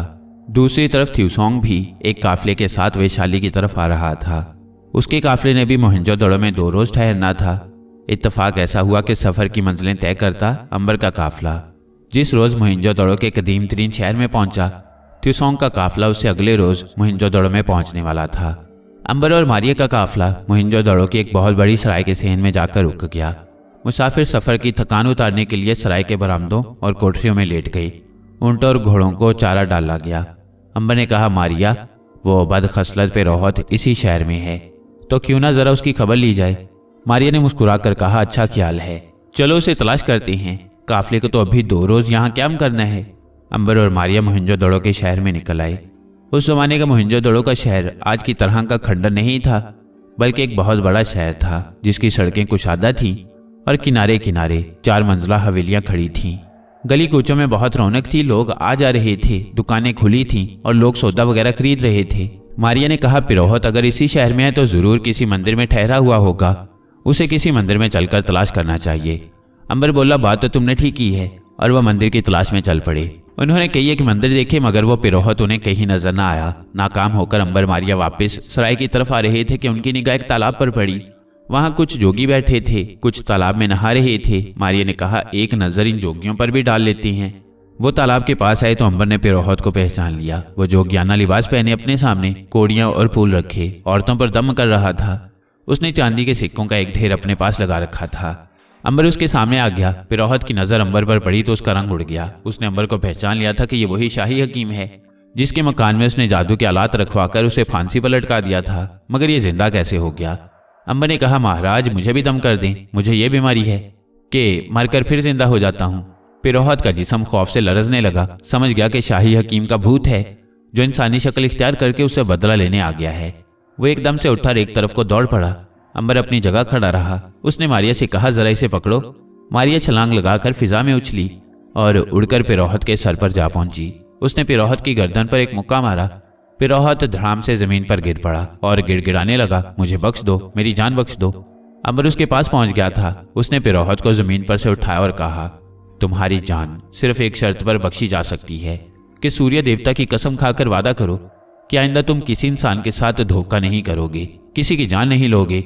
अंबर जानता था कि जब एक ब्राह्मण सूर्य देवता की कसम खा लेता है तो वो अपने वादे पर कायम रहता है। पिरोहत ने हाथ बांधकर कहा, महाराज मैं सूर्य देवता की कसम खाकर वादा करता हूं कि सारी जिंदगी किसी से धोखा नहीं करूंगा, किसी की भी जान नहीं लूंगा।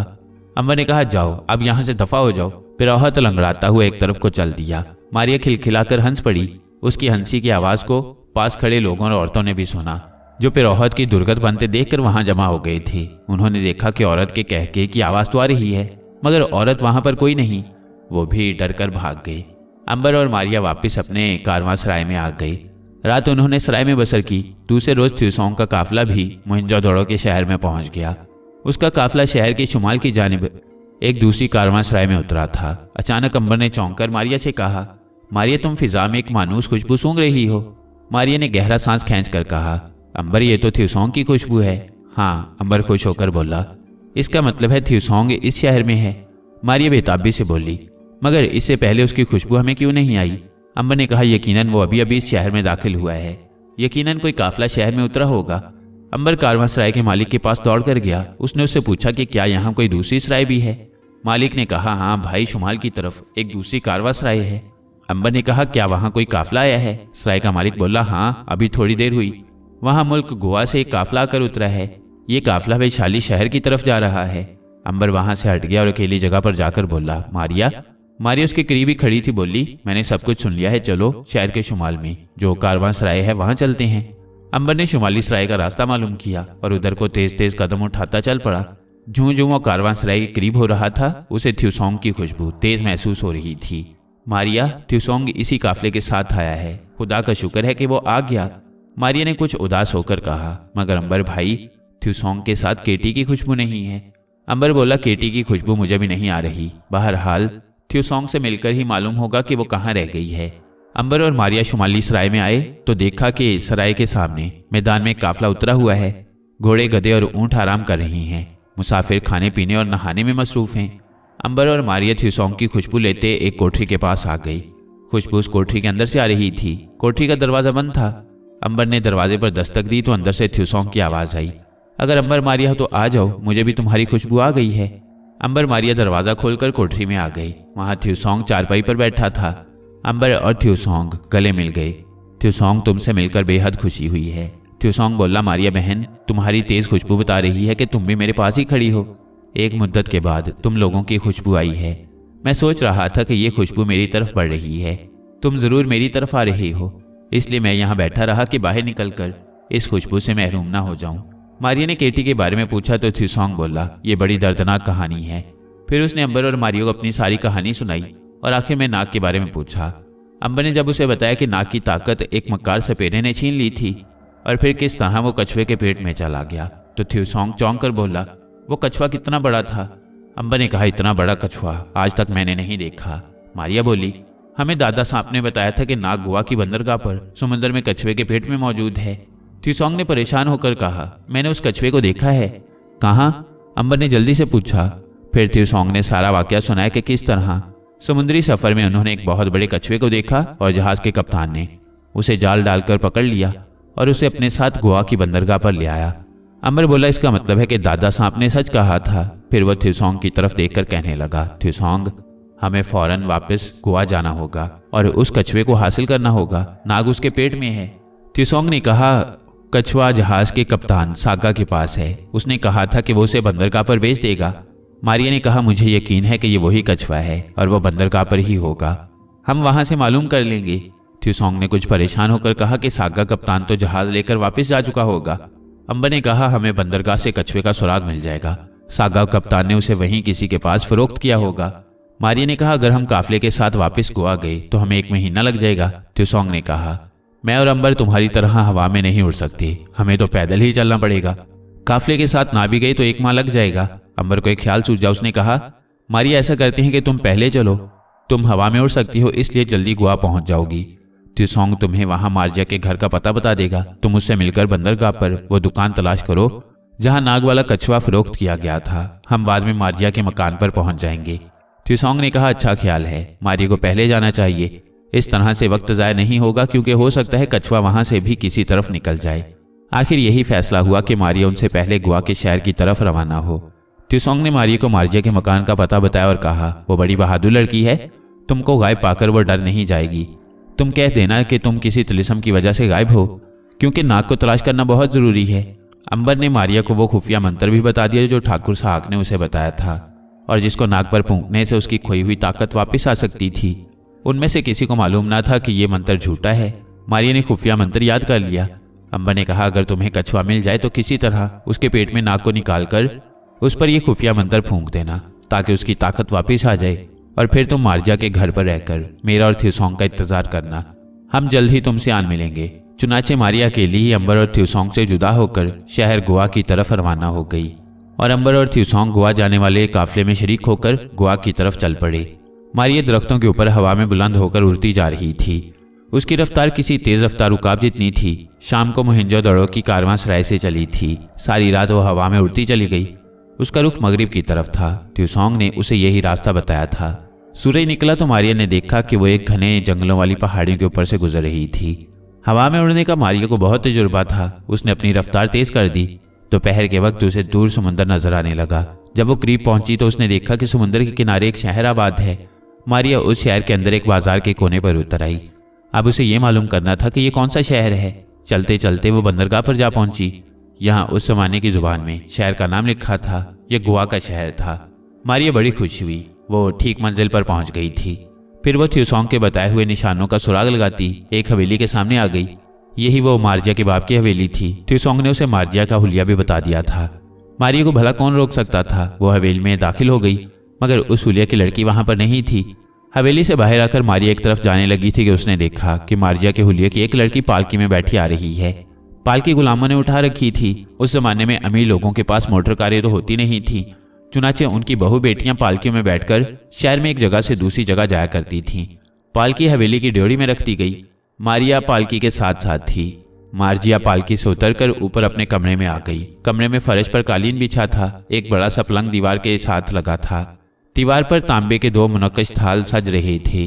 ताक में क्षमादान रखा हुआ था। मार्जिया लकड़ी की रंगीन कुर्सी पर खिड़की के पास बैठ गई और रुमाल पर फूल काटने लगी। ये बड़ा मुनासिब मौका था। मारिया उसके करीब ही खड़ी थी और सोच रही थी कि उस पर अपना आप किस तरह जाहिर करे। उसने सोचा कि क्यों ना वो जिंदा हालत में उसके पास आए। मारिया ऐसा बहुत ही कम किया करती थी, मगर अब उसने यही फैसला किया, क्योंकि ख्वामखा मार्जिया को यह बताने की जरूरत क्या थी कि वो किसी तिलिस्म की वजह से गायब हो गई है। बस मारिया कमरे से निकलकर हवेली के बाहर आ गई। हवेली के सामने एक छोटा सा बागीचा था। मारिया वहां एक दरख्त की ओट में आकर खड़ी हो गई। उसने एक खास मंत्र पढ़कर सांस खींचा तो वो जिंदा हालत में जाहिर हो गई। मारिया ने देखा कि वो बड़ी खूबसूरत रेशमी लिबास में मलबूस थी। उसके सुनहरी बाल छानों पर बिखरे हुए थे। पाँव में चमड़े की सैंडल थी। गले में सफ़ेद मोतियों की माला थी। मारिया ने हवेली की ड्योढ़ी में आकर दरबान से कहा कि मार्जिया इसी घर में रहती है। दरबान ने कहा, हाँ बीबी जी, मगर आप कौन हैं? मारिया ने कहा, मैं सौरत के सौदागर की बेटी हूँ, मार्जिया से मिलने आई हूँ। दरबान ने ऊपर जाकर मार्जिया को बताया कि शायद सौरत से कोई सुनहरे बालों और नीली आंखों वाली लड़की उससे मिलने आई है। मार्जिया ने ताज्जुब से कहा, अरे सौरत में तो किसी औरत की आज तक नीली आंखें और सुनहरी बाल नहीं देखे। चलो उसे ऊपर भेज दो। मारिया जब मार्जिया के कमरे में आई तो मार्जिया उसकी खूबसूरती देखकर दंग रह गई। उसने इतनी हसीन लड़की आज से पहले कभी नहीं देखी थी। मार्जिया ने मारिया को कुर्सी पेश की और खुद पलंग पर जा बैठी। तुम मुझसे मिलने आई हो? हाँ, मारिया ने कहा। मैं थ्यूसोंग की बहन हूँ, जो तुम्हें जजीरे की खाड़ी से निकाल कर लाया था। मार्जिया ने मारिया को उठकर गले लगा लिया। फिर तुम मेरी बहन, क्या नाम है तुम्हारा? मारिया। बड़ा प्यारा नाम है। थ्यूसोंग भाई तो अच्छा है, क्या वो भी सौरत आया है? मार्जिया ने पूछा। मारिया बोली, बहन मार्जिया, तुम्हें याद है तुम लोग जहाज पर सफर कर रहे थे तो जहाज के कप्तान सागा ने समुद्र में से एक कछुआ पकड़ा था। मार्जिया बोली, हाँ हाँ मुझे याद है, वो बहुत बड़ा कछुआ था। मारिया ने कहा, और तुम्हें यह भी याद होगा कि जहाज के कप्तान ने कहा था कि वो ये कछुआ बंदरगाह पर जाकर फरोख्त कर देगा। हाँ मुझे ये भी याद है, मार्जिया बोली। मारिया ने कहा, तो बस हमें उसी कछुए की जरूरत है। मार्जिया हंस पड़ी। अरे मारिया बहन, तुम लोग कछुए को लेकर क्या करोगे? मारिया ने कहा, ये मत पूछो मार्जिया, बस तुम मेरे साथ चलकर वो दुकान ढूंढ दो जहां कप्तान ने कछुआ फरोख्त किया होगा। मार्जिया कहने लगी, ठीक है, मैं तुम्हारे साथ जरूर चलूंगी। बंदरगाह पर कुछ ऐसी दुकानें हैं जहां लोग आकर सुनहरी मछलियां, घोंगे और छोटे कछुए खरीद कर ले जाते हैं। जरूर वो बड़ा कछुआ भी वहीं किसी दुकान में होगा। मार्जिया ने मारिया को अपने साथ पालकी में बिठाया और बंदरगाह की बड़ी मार्केट में आ गई। यहाँ बड़ा रश था। मार्जिया एक दुकान पर गई जहां सुनहरी मछली और कछुए बिक रहे थे। मार्जिया ने दुकानदार से पूछा कि क्या उसके पास कोई बड़ा कछुआ होगा। दुकानदार ने कहा, मेरे पास तो नहीं, लेकिन कोने वाली दुकान पर पिछले दिनों एक बहुत बड़ा कछुआ आया था। मैंने उसे खुद देखा था, बहुत बड़ा कछुआ था। 2 दिन तक लोग उसे देखने आते रहे। मारिया और मार्जिया तेजी से कोने वाली दुकान पर गईं। दुकान पर उन्हें ऐसा कोई कछुआ नजर न आया। मार्जिया ने दुकानदार से कछुए के बारे में दरियाफ्त किया तो दुकानदार ने मार्जिया पर एक तेज निगाह डाली और बोली, मेरा पहले ही बहुत नुकसान हुआ है, क्या तुम मेरे जख्मों पर नमक छिड़कने आई हो? मार्जिया ने पूछा कि उसका क्या नुकसान हुआ है। दुकानदार आह भर कर बोला, मैंने बड़ा कछुआ जहाज के कप्तान से भारी रकम देकर खरीदा था कि उसे भारी मुनाफे पर आगे बेच दूंगा, लेकिन मेरी किस्मत ही खराब थी। शाही मंदिर का काहिने आजम आया और बादशाह का हुक्मनामा दिखाकर वो कछुआ मुफ्ती मुझसे ले गया।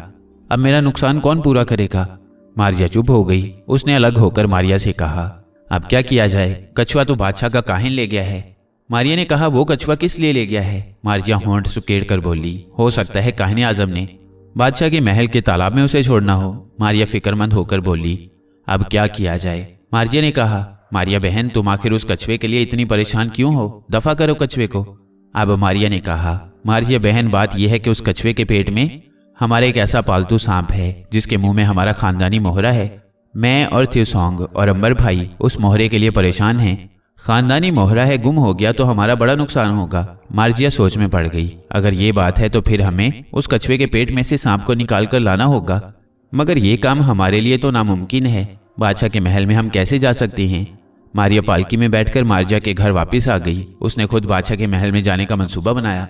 जाहिर है वही गैबी हालत में बादशाह के महल में बगैर किसी रुकावट के दाखिल हो सकती थी, मगर उसने मार्जिया को बिल्कुल ना बताया, क्योंकि मारिया ने अपनी हालत मार्जिया से पोशीदा रखी थी और ये राज उस पर जाहिर न किया था।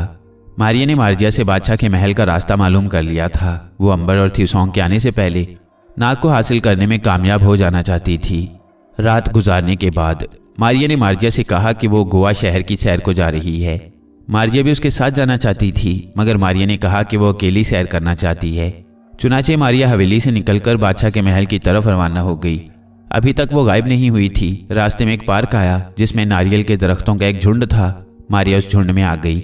यहाँ मारिया ने अपने आप को गायब कर लिया। अब वो गैबी हालत में बादशाह के महल की तरफ रवाना हो गई। उसे कोई नहीं देख सकता था। बादशाह का महल आ गया। बड़ा शानदार महल था। ऊंचे ऊंचे मीनार थे। बहुत बड़ा दरवाजा था जिस पर पहरा लगा था। मारिया बड़े आराम से पहरेदारों के दरमियान से होकर महल में दाखिल हो गई। सामने एक बाग था। मारिया ने देखा कि महल के पीछे एक बहुत बड़ा तालाब है। वो उस तालाब पर आ गई। झाड़ियों में उसकी नजर एक बहुत बड़े कछुए पर पड़ी। मारिया लपक कर उसके पास आई तो धक से रह गई, क्योंकि कछुआ मर चुका था। वो जमीन पर उल्टा पड़ा था और उसका पेट खुला था। साफ लग रहा था कि किसी ने उसके पेट को खोलकर उसमें से सांप निकाल लिया है। मारिया ने कछुए की लाश को वहीं छोड़ा और अब काहिने आजम की तलाश में निकली, क्योंकि उसे यकीन था कि ये काम काहिने आजम के अलावा और किसी का नहीं हो सकता। उसने जरूर अपने इल्म के जोर पर मालूम कर लिया होगा कि कछुए के पेट में एक अनमोल सांप मौजूद है। शाही महल के बागीचे में मारिया को मंदिर दिखाई दिया। वो उस मंदिर में आ गई।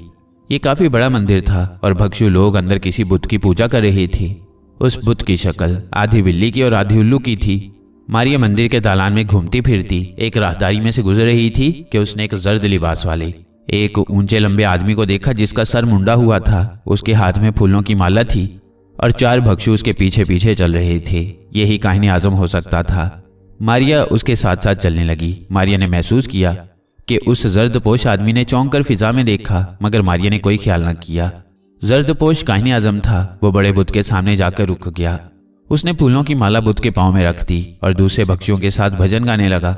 भजन गाने के बाद वो वापस चला तो उसके साथ सिर्फ एक ही भक्षु था। वो दोनों अपनी कोठरी में दाखिल हो गई। मारिया भी उनके साथ ही कोठरी में दाखिल हो गई। काहिनी आजम ने अपने साथी भक्षु से कहा, शत्रु, मुझे लगता है कि कोई आसमानी रूह हमारा पीछा कर रही है। मारिया चौंक पड़ी। उस काहिनी आजम ने उसकी मौजूदगी को महसूस कर लिया था। मारिया जरा सिमट कर पीछे हो गई। शत्रु बोला, महाराज, जरूर ये कोई अच्छी रूह होगी जो हमारी मदद करने आई होगी।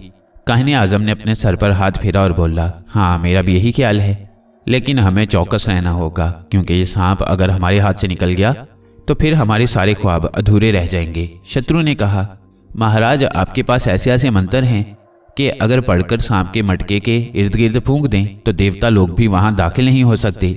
फिर आप क्यों घबराती हैं? काहिन बोला, तुम ठीक कहते हो। मैंने एक जबरदस्त मंत्र पढ़कर जिस जगह सांप का मटका रखा है वहां चारों तरफ फूंक दिया है और उस जगह कोई आसमानी रूह भी दाखिल नहीं हो सकती। फिर भी हमें बड़ी एहतियात की ज़रूरत है, क्योंकि हम उस सांप की मदद से ऐसी ताकत हासिल करने वाले हैं जिसकी मदद से हम मुर्दा लोगों को दोबारा जिंदा करने में कामयाब हो जाएंगे। मारिया ये सब कुछ सुन रही थी। इस काहिनी आजम ने यकीनन नाग ही को मटके में डाल रखा था और उसकी मदद से कोई ऐसा अमल करने वाला था कि उसे मुर्दों को जिंदा करने की ताकत मिल जाए। मारिया भी ये मालूम करना चाहती थी कि नाग को इन लोगों ने किस मुकाम पर छुपा रखा है, ताकि वो अपने तौर पर नाग को वहां से निकालने की कोशिश करे, मगर उनकी बातों से मारिया को यह पता न चल सका। काहिनी आजम का चेला शत्रु उसके पास बैठ गया। काहिनी आजम एक पुरानी किताब खोलकर अगरबत्ती जलाकर पढ़ने लगा। चंद सेकंड तक वो किताब के पुराने औराक उलट पलट करता रहा। फिर एक वर्ग को गौर से पढ़ने के बाद अपने शत्रु से बोला, शत्रु, हम इंसानी सांप पकड़ने में तो कामयाब हो गई हैं, मगर अब हमें एक ऐसी लड़की की जरूरत है जिसकी आंखों का रंग समुद्र की लहरों की तरह नीला हो। शत्रु बोला, महाराज, हमारे मुल्क में नीली आंखों वाली लड़कियां नहीं होती, हम कहां से लाएंगे? काहिनी आजम ने सांस लिया और बोला, यही सबसे बड़ी रुकावट हमारे रास्ते में है। हमें हर हालत में नीली आंखों वाली लड़की हासिल करनी होगी। उसके बगैर हम अपने तिलिस्मी अमल को पूरा नहीं कर सकते। मारिया के दिल में ख्याल आया कि क्यों ना वो खुद उसके पास चली जाए। मारिया को इन बातों से बिल्कुल इल्म ना हो सका कि ये लोग नीली आंखों वाली लड़की से किस किस्म का काम लेना चाहते हैं, मगर ये नाग को बचाने और उसे वहां से निकाल ले जाने का सवाल था। मारिया तैयार हो गई।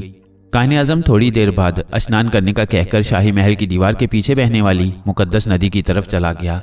मारिया वहां से उड़ती हुई उससे पहले नदी पर जा पहुंची। नदी पर पहुंचते ही उसने अपने आप को जाहिर कर दिया। अब वो एक खूबसूरत बालों और नीली आंखों वाली लड़की की शक्ल में थी। मारिया ने वहीं सूखे पत्तों और दरख्त की सूखी शाखों को तोड़कर उसका गट्ठा बनाया और अपने सर पर उठाकर नदी के किनारे किनारे उस तरफ चलने लगी जहां काहिनी आजम पानी में उतरकर नहा रहा था।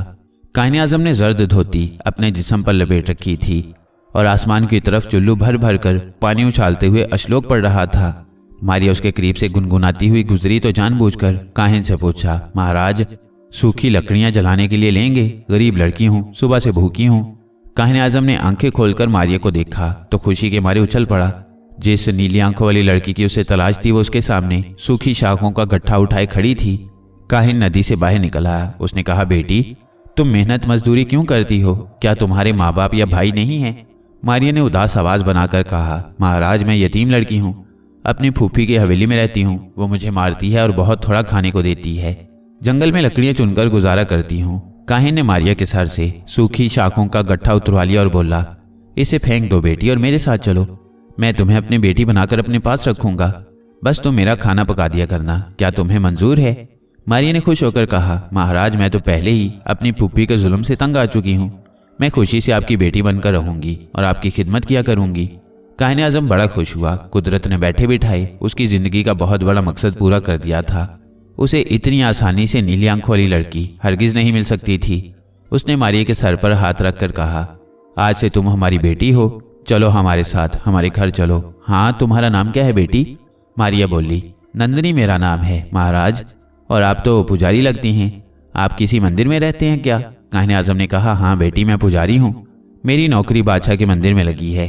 मगर मैं महल से दूर एक पुराने मकान में रहता हूँ, क्योंकि बादशाहों के पास रहने से हमारी इबादत में फ़र्क आता है।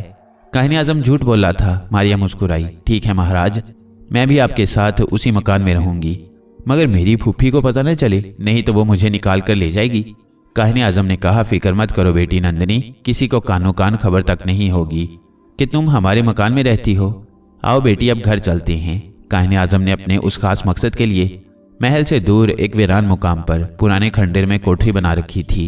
वो मारिया को लेकर सीधा वहां आ गया। कोठरी में कुछ मिट्टी के बर्तन पड़े थे, फर्श पर टाट बिछा था और बाहर छोटे से आंगन में चूल्हा बना हुआ था। काहिन बोला, बेटी मैं तो फकीरों की तरह रहता हूँ और भगवान की पूजा करता हूँ, मगर तुम्हारे लिए मैं अच्छी अच्छी चीजें खाने को और पहनने को आला किस्म की पोशाक लाऊंगा, तुम घबराओ मत। मारिया दिल में हंसने लगी। उसे घबराने की जरूरत नहीं थी, मगर वह बहुत जल्द ये मालूम करना चाहती थी कि काहिन आज़म ने नाग को किस जगह कैद में डाल रखा है और वो उसे क्या काम कराना चाहता है। मारिया ने सुग्गर लड़कियों की तरह फौरी कोठरी की झाड़ पोंछ शुरू कर दी। वो काहिन को यह तासुर देना चाहती थी कि उसे वहां आकर बड़ी खुश हुई है। काहिन बोला, बेटी नंदिनी तुम आराम करो, मैं तुम्हारे लिए बाजार से कुछ खाने को लाता हूँ। काहिन आज़म कोठरी से निकला और वह मुंह ही मुंह में कुछ खुफिया श्लोक पढ़ रहा था। उसने कोठरी के सामने आंगन की दीवार की चारों तरफ अश्लोक पढ़कर फूंक मारी और खुद महल की तरफ रवाना हो गया। मारिया ने उसे फूंक मारते नहीं देखा था। काहिन के जाने के बाद वो आंगन में आई और फिर आंगन से निकलने लगी तो उसे एक करंट सा लगा और वह जमीन पर गिर पड़ी। मारिया तो घबरा गई। कमबख्त ने जाते हुए मकान के इर्द गिर्द तिलिस्म फूंक दिया था, जिसकी वजह से मारिया वहां से बाहर नहीं निकल सकती थी। वो उठी और कोठरी में जाकर चटाई पर बैठकर सोचने लगी कि ये काहिन उसे कहाँ ले जाएगा। थोड़ी देर बाद काहिन आज़म अपने चैले शत्रु के साथ आ गया। वो अपने साथ मारिया के लिए खाने के लिए मिठाई और पहनने के लिए रेशमी साड़ी लाया था। मारिया उनको दूर ही से देखकर काम में लग गई। काहिन ने मारिया से कहा, ये लो नंदिनी बेटी, देखो मैं तुम्हारे लिए मिठाई और ये कितनी खूबसूरत साड़ी लाया हूँ। मारिया ने साड़ी देखी तो खुश होकर कहा, महाराज आप सचमुच मेरे पिता हैं। काहिन ने मारिया के सर पर हाथ फेरा और बोला, तुमको बेटी कहा है तो अब सारी जिंदगी तुम हमारी बेटी बनकर ही रहोगी। ये देखो, ये मेरा चैला शत्रु है, ये तुम्हारा भाई है, इसे प्रणाम करो। मारिया ने शत्रु को प्रणाम किया। शत्रु ने कहा, जीती रहो बहन। मारिया को काहिन ने अपने साथ बिठाकर मिठाई खिलाई और चलने लगा तो बोला, ये साड़ी तुम पहन लेना बेटी, मैं शाम को आऊँगा, और हाँ तुम घर से बाहर मत निकलना। बात यह है कि ये जगह भारी है, कहते हैं यहाँ कोई आसेब रहता है जो नीली आंखों वाली लड़की के लिए खतरनाक है। मारिया खूब जानती थी कि ये आसेब वो खुद है, लेकिन उसने हाथ बांधकर कहा, महाराज आप फिक्र न करें, मैं घर में ही रहूंगी। जब खंडर वाला वीरान मकान दूर रह गया तो शत्रु ने पूछा, महाराज मंत्र फूंककर दायरा बना दिया था ना, कहीं ये सोने की चिड़िया उड़ ना जाए। काहिन बोला, मैं अहमक नहीं हूँ कि ऐसी कीमती चीज को हाथ से गंवा दूं। मैंने ऐसा मंत्र पढ़कर मकान के चारों तरफ फूंका है कि नंदिनी एक कदम भी बाहर नहीं निकाल सकेगी। आओ अब हम शाम के पास चलते हैं, हमें वहां उस नीली आंखों वाली लड़की पर जादू करने की तैयारियां अभी से शुरू कर देनी चाहिए। काहिन और शत्रु चैले ने मकान के अस्तबल से घोड़े निकाले, उन पर सवार हुए और शहर से निकलकर समुद्र के साहिल की तरफ रवाना हो गए। मारिया जब अकेली रह गई तो उसको ख्याल आया कि अगर वह जिस्मानी हालत में तिलिस्मी हिसार से नहीं निकल सकती तो हो सकता है यह भी हालत में वहां से निकल सके। चुनाचे उसने सांस लेकर छोड़ा और गायब हो गई। गायब होते ही वो मकान के आंगन वाली दीवार की तरफ बढ़ी। जब वो आंगन के छोटे से गेट में से निकलने लगी तो उसे फिर वही बिजली के करंट का धचका लगा और वह तड़प कर पीछे को गिर पड़ी। कमबख्त ने बड़ा जबरदस्त जादू कर रखा है, मारिया ने सोचा। वो हवा में ऊपर उड़ने के लिए जमीन पर से उछली और फिजा में 10 फुट बुलंद हो गई। जो ही उसने इससे ज्यादा ऊपर उठने की कोशिश की तो उसे ऊपर से जबरदस्त करंट लगा और वो नीचे गिर पड़ी। अब तो मारिया को फिक्र लग गई कि ये काहिन तो कोई जबरदस्त जादूगर है, कहीं उसे किसी मुश्किल में न फंसा दे और नाक को निकालते निकालते वो खुद न फंस जाए। मगर वो इन बातों से डरने वाली नहीं थी। उसने फैसला कर लिया कि रात को काहिन आया तो वो उसके साथ ही किसी बहाने बाहर निकलकर गायब हो जाएगी और फिर गायब होकर इस काहिन का पीछा करेगी। दूसरी तरफ काहिन आज़म अपने चैले के साथ घोड़ा दौड़ाते साहिल के साथ साथ चला जा रहा था। शहर से काफी दूर निकलने के बाद समुद्र के किनारे चट्टानों का सिलसिला शुरू हो गया। ये पत्थर के किंगरों की बनी हुई चट्टानें थीं, जिनमें जगह जगह गहरे सुराख थे। उन्होंने एक चट्टान के पास घोड़ों को बांधा और पैदल ही चट्टानों में चलने लगे। एक जगह वो एक खो में दाखिल हो गए। ये एक तंग दरवाजे वाली सुरंग थी। अंदर जाकर सुरंग में एक गोल खुली जगह आ गई। यहाँ दीवार में एक और सुराख बना था। वो सुराख में से गुजरकर एक तहखाने में आ गई। यहाँ घुप अंधेरा था। काहिन ने दिया जलाया। रोशनी में वहां 2 मुर्दों की लाशें नजर आईं। उनमें से एक लाश मर्द की और एक औरत की थी। दोनों लाशें जर्द चादरों से ढकी हुई फर्श पर पड़ी थीं। सिर्फ उनके चेहरे खुले थे। काहिन का चेला एक तरफ होकर लाशों के पास बैठ गया। काहिन आजम ने कोने में एक पत्थर को उठाया। नीचे गड्ढा था जिसमें एक मटका पड़ा था। उसने मटका बाहर निकाल लिया, फिर कुछ मंत्र पढ़कर जमीन पर गोल दायरा बनाया और मटके का मुंह खोल दिया। मटके में नाग था जो सुरख सांप की शक्ल में था। सुरख सांप मटके में से बाहर निकलकर जमीन पर आकर रेंगने लगा। जो ही उसने रेंगते हुए दायरे में से बाहर निकलने की कोशिश की, उसे एक झटका लगा और वह जल्दी से पीछे हट गया। नाग समझ गया कि उसके गिर्द तिलिस्मी दायरा बना हुआ है। वह बड़ा परेशान था कि कछुए के पेट से निकला तो एक काहिन की कैद में आ गया था। उसे भी कुछ मालूम नहीं था कि यह जादूगर काहिन उसे क्या काम लेना चाहता है। नाग ने पहली बार गार के अंदर 2 लाशों को देखा। वह मजबूर होकर खामोशी से कुंडली मारकर दायरे के अंदर मटके के पास बैठ गया। काहिन ने अपने चेले से कहा, इन लाशों पर मैंने अपना अमल पूरा कर लिया है। सांप के गिर्द भी दायरा खींच दिया है। अब हमें आखिरी अमल करना है और उसके लिए आज ही रात को नीली आंख वाली नंदिनी को यहाँ लाना होगा। चेला शत्रु बोला, महाराज कहीं वो लड़की डरकर भाग ना जाए, हम उसे बेहोश करके ना ले आएं। काहिन ने कहा, यही मुश्किल है। नीली आंखों वाली लड़की को होश की हालत में यहाँ लाकर अमल करना होगा, मगर तुम फिक्र ना करो, हम उसकी रास्ते में निगरानी करेंगे और यहाँ आकर वो मेरे तिलिस्म के दायरे में कैद हो जाएगी। चलो अब शाम हो रही है, हमें देर नहीं करनी चाहिए। दोनों चट्टानों से निकलकर शहर की तरफ चल दिए। शाही मंदिर में आकर काहिन आजम ने कुछ सिंदूर और ऊद थैले में रखा और रात होने का इंतजार करने लगा। जब हर तरफ अंधेरा हो गया तो उसने चेले शत्रु का साथ लिया और मारिया के पास पुराने मकान में आ गया। मारिया परेशान बैठी थी क्योंकि वो मकान से बाहर नहीं जा सकती थी। काहिन आजम और चेले को देखकर वो बोली, महाराज आपने बड़ी देर कर दी, मैं तो अकेली घबरा गई थी। काहिन ने उसके सर पर प्यार किया और बोला, बेटी तुम्हें हमारे साथ समुद्र के किनारे एक जगह चलना है, वहाँ एक मुकद्दस मंदिर है। मैं चाहता हूँ कि तुम भी हमारे साथ चलकर वहाँ देवता की पूजा करो, इससे तुम पर भगवान की बड़ी कृपा हो जाएगी। मारिया समझ गई कि उसे नाग के पास ले जा रही हैं, यही वो चाहती थी। चुनाचे वो जल्दी से तैयार हो गई। महाराज मैं तो आपके हुक्म की बांदी हूँ, आप मेरे बाप के बराबर हैं, जहाँ कहेंगे खुशी से आपके साथ जाऊंगी। काहिन बड़ा खुश हुआ। उसने मारिया को घोड़े पर बिठाया। दूसरे घोड़े पर काहिन और उसका चेला बैठ गई और अपनी मंजिल की तरफ घोड़े दौड़ा दिए। काहिन अपने घोड़े को मारिया के घोड़े के साथ साथ रखे हुए था। उसे मालूम नहीं था कि मारिया को भागने की जरूरत नहीं थी। वो तो खुद नाग के पास जाना चाहती थी, लेकिन मारिया को भी ये इल्म नहीं था कि उसके साथ समुद्री चट्टान के गार में जाकर क्या भयानक सलूक होने वाला है। आधी रात गुजर चुकी थी कि काहिन आजम मारिया को लेकर समुद्री चट्टान के गार में दाखिल हुआ। मारिया ने पूछा, महाराज ये तो कोई बड़ा पुरस्कार मंदिर लगता है। मारिया को नाग की तेज खुशबू आने लगी थी। वो बड़ी खुश हुई कि नाग अंदर मौजूद है। वो तहखाने में आई तो देखा कि एक दायरे के अंदर नाग सुरख सांप की सूरत में बैठा है। नाग ने भी मारिया को देखा तो खुशी के साथ साथ उसे कुछ हैरानी भी हुई, क्योंकि मारिया गैबी हालत में नहीं थी बल्कि जिस्मानी हालत में थी। कहीं इस पर भी तो इन लोगों ने कोई तिलिस्म नहीं कर रखा। ऊपर से नाग ने मारिया को काहिन से बड़े इत्मीनान से बातें करते देखा तो समझ गया कि मारिया इस काहिन के तिलिस्म के असर में है। मारिया ने जमीन पर पड़ी आदमी और औरत की लाशों को देखा तो सोचने लगी कि यहाँ क्या होने वाला है। काहिन आजम ने मारिया से कहा, बेटी नंदिनी, यहाँ हम अपने देवता की एक खास रस्म अदा करने वाले हैं। देवता तुम पर बहुत मेहरबान है और उसने खास तौर पर तुम्हें यहाँ बुलाया है। मारिया ने कहा, महाराज ये मेरी खुशकिस्मती है। काहिन आजम ने कहा, बेटी नंदिनी तुम ऐसा करो कि इन दोनों लाशों के दरमियान बैठ जाओ ताकि हम अपनी पूजा शुरू कर दें। नाग परेशानी के साथ मारिया को तक रहा था। मारिया अंदर से पूरी तरह होशियार थी। वो दोनों लाशों के दरमियान बैठ गई। इतने में काहिन का चेला उठकर मारिया के पीछे आ गया। मारिया को काहिन ने बातों में लगा लिया। चेले शत्रु ने पीछे आते ही अपनी कमीज के अंदर से चमकदार खंजर निकाल लिया। नाग की जुबान बंद कर दी गई थी। मारिया ने अपने पीछे आहट सुनी तो जमीन से एकदम से लेट गई और लेटने के साथ ही उसने सांस खींच लिया। चेला खंजर मारिया के गर्दन पर मारने ही वाला था कि वो गायब हो गई। उसे गायब होते देखकर काहिन आजम अपनी जगह से उछल पड़ा और चीख कर बोला, मैं ना कहता था कि कोई रूह हमारा पीछा कर रही है, वो यही रूह थी। शत्रु पीछे हट जाओ। और काहिन आजम ने ऊंची आवाज में तिलिस्मी मंत्रों का जाप शुरू कर दिया।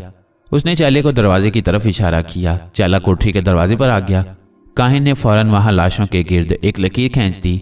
मारिया गायब होने के बाद अपनी जगह से उठकर लाशों के ऊपर से उछलकर बाहर आने ही लगी थी कि उसे एक जोर का धक्का लगा और वो दोबारा लाशों के दरमियान आकर गिर पड़ी। काहिन ने बुलंद आवाज में कहा, ए बदरू, तू अब मेरी कैद में है, तू इस तहखाने से बाहर नहीं निकल सकेगी। मैं तुम्हें 1 हफ्ते की मोहलत देता हूँ। अगर 1 हफ्ते के अंदर अंदर तुमने दोबारा नंदिनी की शक्ल इख्तियार करके मेरे आगे हथियार डाल दिए तो मैं तुम्हें आज़ाद कर दूंगा, नहीं तो क़यामत तक इसी तहखाने में कैद रहेगी। मारिया ने कोई जवाब ना दिया। वो खामोश बैठी रही। वो काहिने आज़म को यह एहसास दिलाना चाहती थी कि मैं वहाँ नहीं हूँ और वहाँ से जा चुकी हूँ। नाग को यह देखकर तसल्ली हुई कि मारिया इस काहिन के हमले से महफूज रही। खुदा जाने खंजर के हमले से जिस्मानी हालत में मारिया पर क्या असर होता। वो कुंडली मारे चुप बैठा था। उस पर ऐसा तलिस्म हो गया था कि वो किसी से बात नहीं कर सकता था। काहिने आज़म ने अपने चेले से कहा, शत्रु हम चलते हैं। मैंने बदरू को 1 हफ्ते की मोहलत दे दी है। फिर उसने ऊंची आवाज़ में कहा, ए नंदनी की रूह, मैं जा रहा हूँ। 1 हफ्ते के बाद आऊँगा। तुम यहाँ से बाहर नहीं जा सकोगी। हफ्ते के बाद अगर तुम नीली आंखों वाली नंदनी की शक्ल में मुझे मिली तो मैं वादा करता हूँ कि तुम्हें कुछ नहीं कहूँगा। ये कहकर काहिन अपने चेले के साथ तहखाने से निकल गया। उसके जाने के बाद मारिया ने नाग से कहा, नाग, तुम मुझसे बात क्यों नहीं करते? क्या तुम बोल नहीं सकते? नाग खामोशी से मारिया की तरफ तकता रहा। मारिया ने कहा, क्या तुम मेरी बात सुन रहे हो? नाग ने अपनी गर्दन इस बात में हिलाई, जिसका मतलब था कि हाँ, मैं तुम्हारी बात सुन रहा हूँ और समझ रहा हूँ। मारिया ने उसे थ्यूसोंग और अंबर के बारे में सब कुछ बता दिया और कहा कि वो भी शहर में पहुंचने वाले हैं। नाग को खुशी हुई, मगर इस बात से उसका दिल गमगीन था कि अंबर के आने का भी कोई फायदा नहीं होगा, क्योंकि मारिया भी अब वहाँ कैदी हो गई है और वो भी कैद खाने से बाहर नहीं निकल सकेगी। मारिया ने कहा, नाग भैया, तुम फिक्र मत करो, मैं तुम्हें लेकर यहाँ से फरार होने की कोशिश करूंगी। लेकिन मारिया ने जितनी दफ़ा तय खाने के दरवाजे में से निकलने की कोशिश की, वो हर बार झटके से पीछे गिर पड़ी। मायूस होकर वो लाशों के पास ज़मीन पर बैठ गई। जब मारिया को गए 3 दिन गुजर गए तो मार्जिया को फिक्र लगा वो कहाँ गायब हो गई। उसने शहर में जगह जगह मारिया को तलाश किया, मगर नाकाम होकर बैठी रही। अब उसे अंबर और थ्यूसोंग का इंतजार था, जिनके बारे में मारिया ने बताया था कि वो उसके भाई हैं। थ्यूसोंग को तो मार्जिया बड़ी अच्छी तरह जानती थी। चौथे रोज थ्यूसोंग और अंबर भी वहां आ गए। थ्यूसोंग को दोबारा अपने घर में देखकर मार्जिया उसके माँ बाप बड़े खुश हुए। थ्यूसोंग ने उनसे अंबर का तारुफ करवाया और कहा कि वो यहाँ अपने एक खोए हुए सांप की तलाश में आए हैं। मार्जिया ने एक तरफ ले जाकर थ्यूसोंग और अंबर को सारी कहानी सुनाई। अंबर और थ्यूसोंग को अब मारिया के बारे में भी तशवीश लगी। नाग तो पहले ही उनसे जुदा हो चुका था, अब मारिया भी चली गई थी। थ्यूसोंग और अंबर को जब ये पता चला कि मारिया गैबी हालत में नहीं बल्कि जिस्मानी हालत में मार्जिया से मिली थी, तो उन्होंने भी मार्जिया को ये बताने की ज़रूरत महसूस न की कि असल में मारिया एक गैबी औरत है। सबसे ज़्यादा परेशान कर देने वाली बात यह थी कि अंबर और थ्यूसोंग को मारिया और नाग की खुशबू नहीं आ रही थी। थ्यूसोंग ने अंबर से इसका जिक्र करते हुए कहा, मालूम होता है नाग के साथ साथ मारिया भी किसी बड़े हादसे का शिकार हो गई है। उन दोनों में से किसी की खुशबू यहाँ इस शहर की फिजा में मौजूद नहीं है। मार्जिया ने अंबर और थ्यूसोंग को इतना ज़रूर बताया कि वो घर से किसी मंदिर की तरफ गई थी। अंबर ने कहा, थ्यूसोंग, लगता है नाग के बाद मारिया पर भी किसी ने तलिस्म किया है। हमें शहर के मंदिरों में मारिया और नाग का खोज लगाना चाहिए। थ्यूसोंग ने अंबर की इस राय से इत्तफाक किया और उन्होंने शहर के मुख्तलिफ इलाके बांट लिए और मारिया की तलाश शुरू कर दी। अंबर शहर के जुनूब वाले मंदिरों की तरफ और थ्यूसोंग शहर के शुमाल वाले मंदिरों की तरफ निकल गया। उधर मारिया तिलिस्मी दायरे में फंसी हुई नाग के करीब दोनों जर्दपोश लाशों के पास बैठी थी। ना वो तय खाने से बाहर निकल सकती थी, ना एक खास हद से ऊपर बुलंदी पर जा सकती थी। उसकी समझ में नहीं आ रहा था कि वो जाए तो कहाँ जाए। मारिया कभी कभी नाग से बातें करने लग जाती। वह सिर्फ बात कर सकती थी, नाग उसकी बात का जवाब नहीं दे सकता था।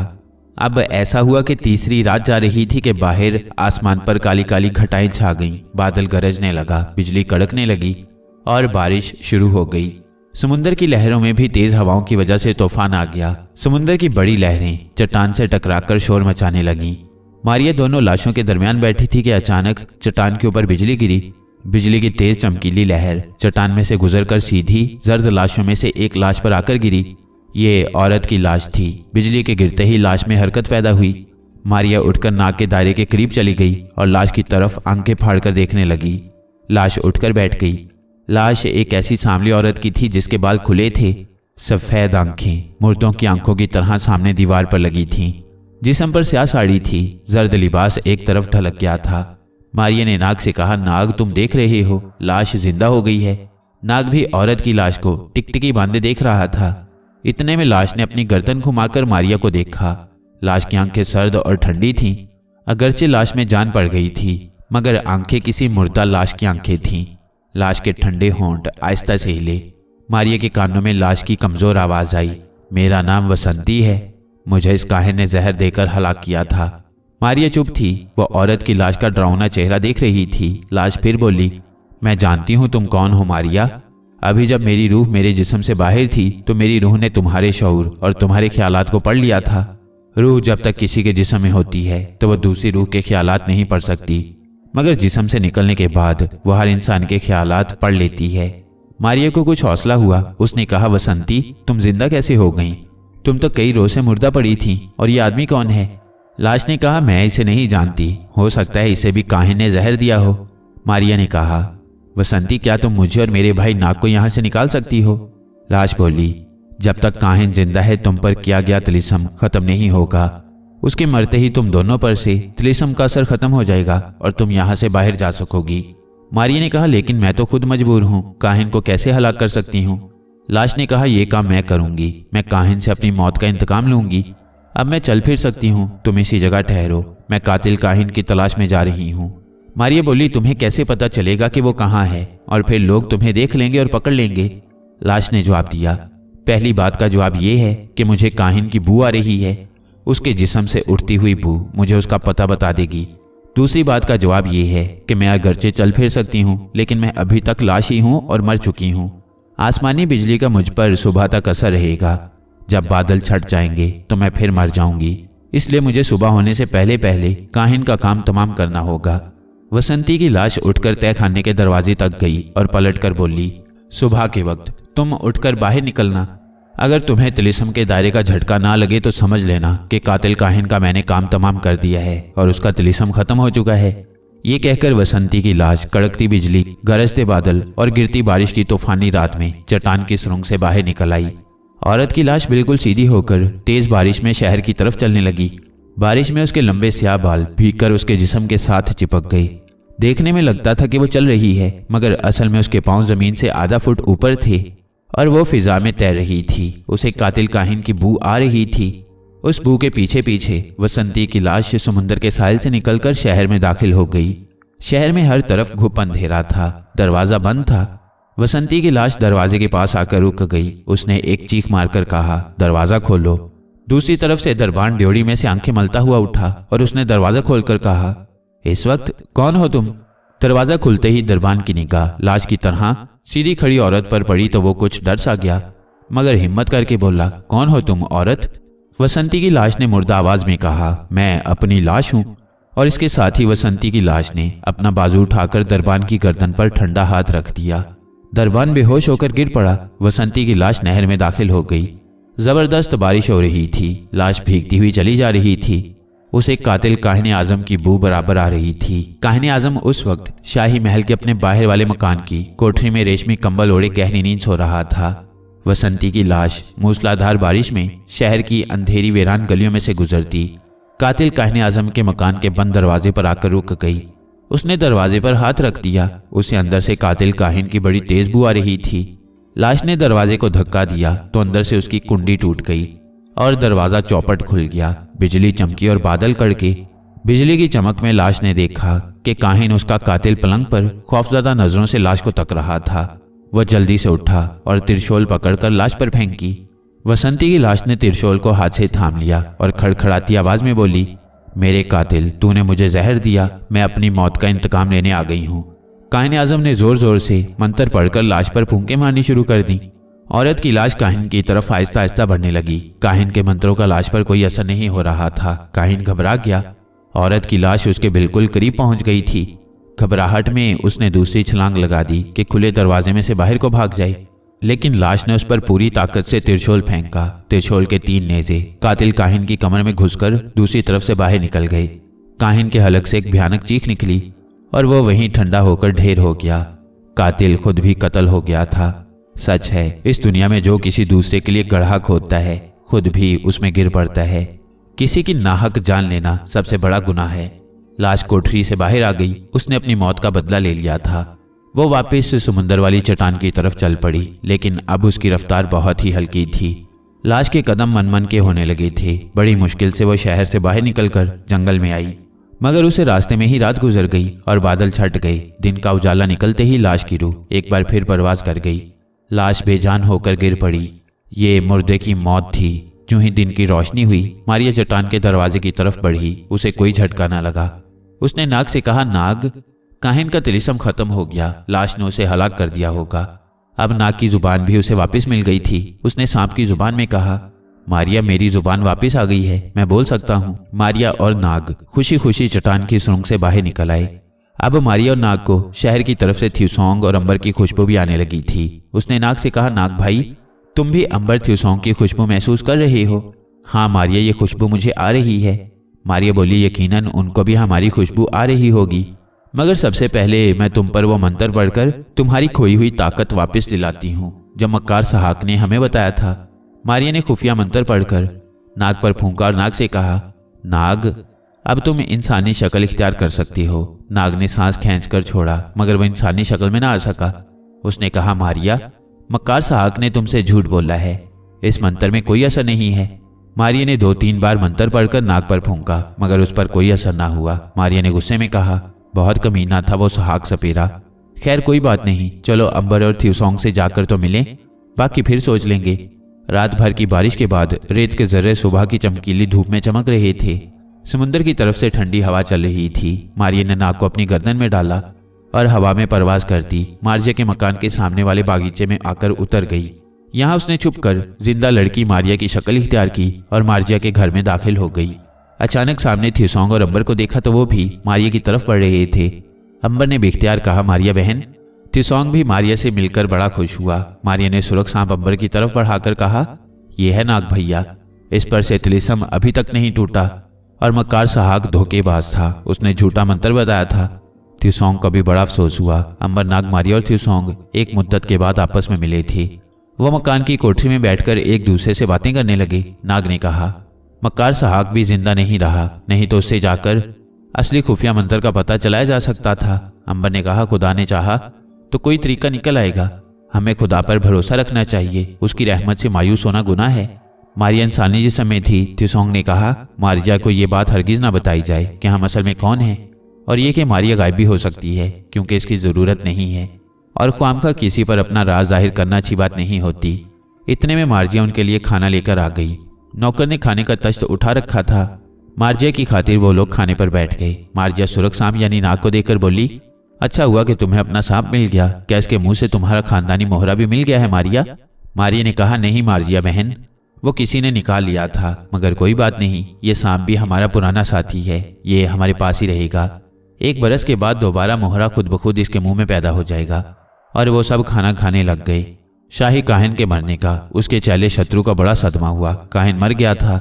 चट्टान में से मारिया, सुरख सांप और औरत की लाश गायब थी। शत्रु समझ गया कि ये नंदिनी की कारिस्तानी है जो एकदम से गायब हो गई थी। उसने नंदिनी की शहर में तलाश शुरू कर दी।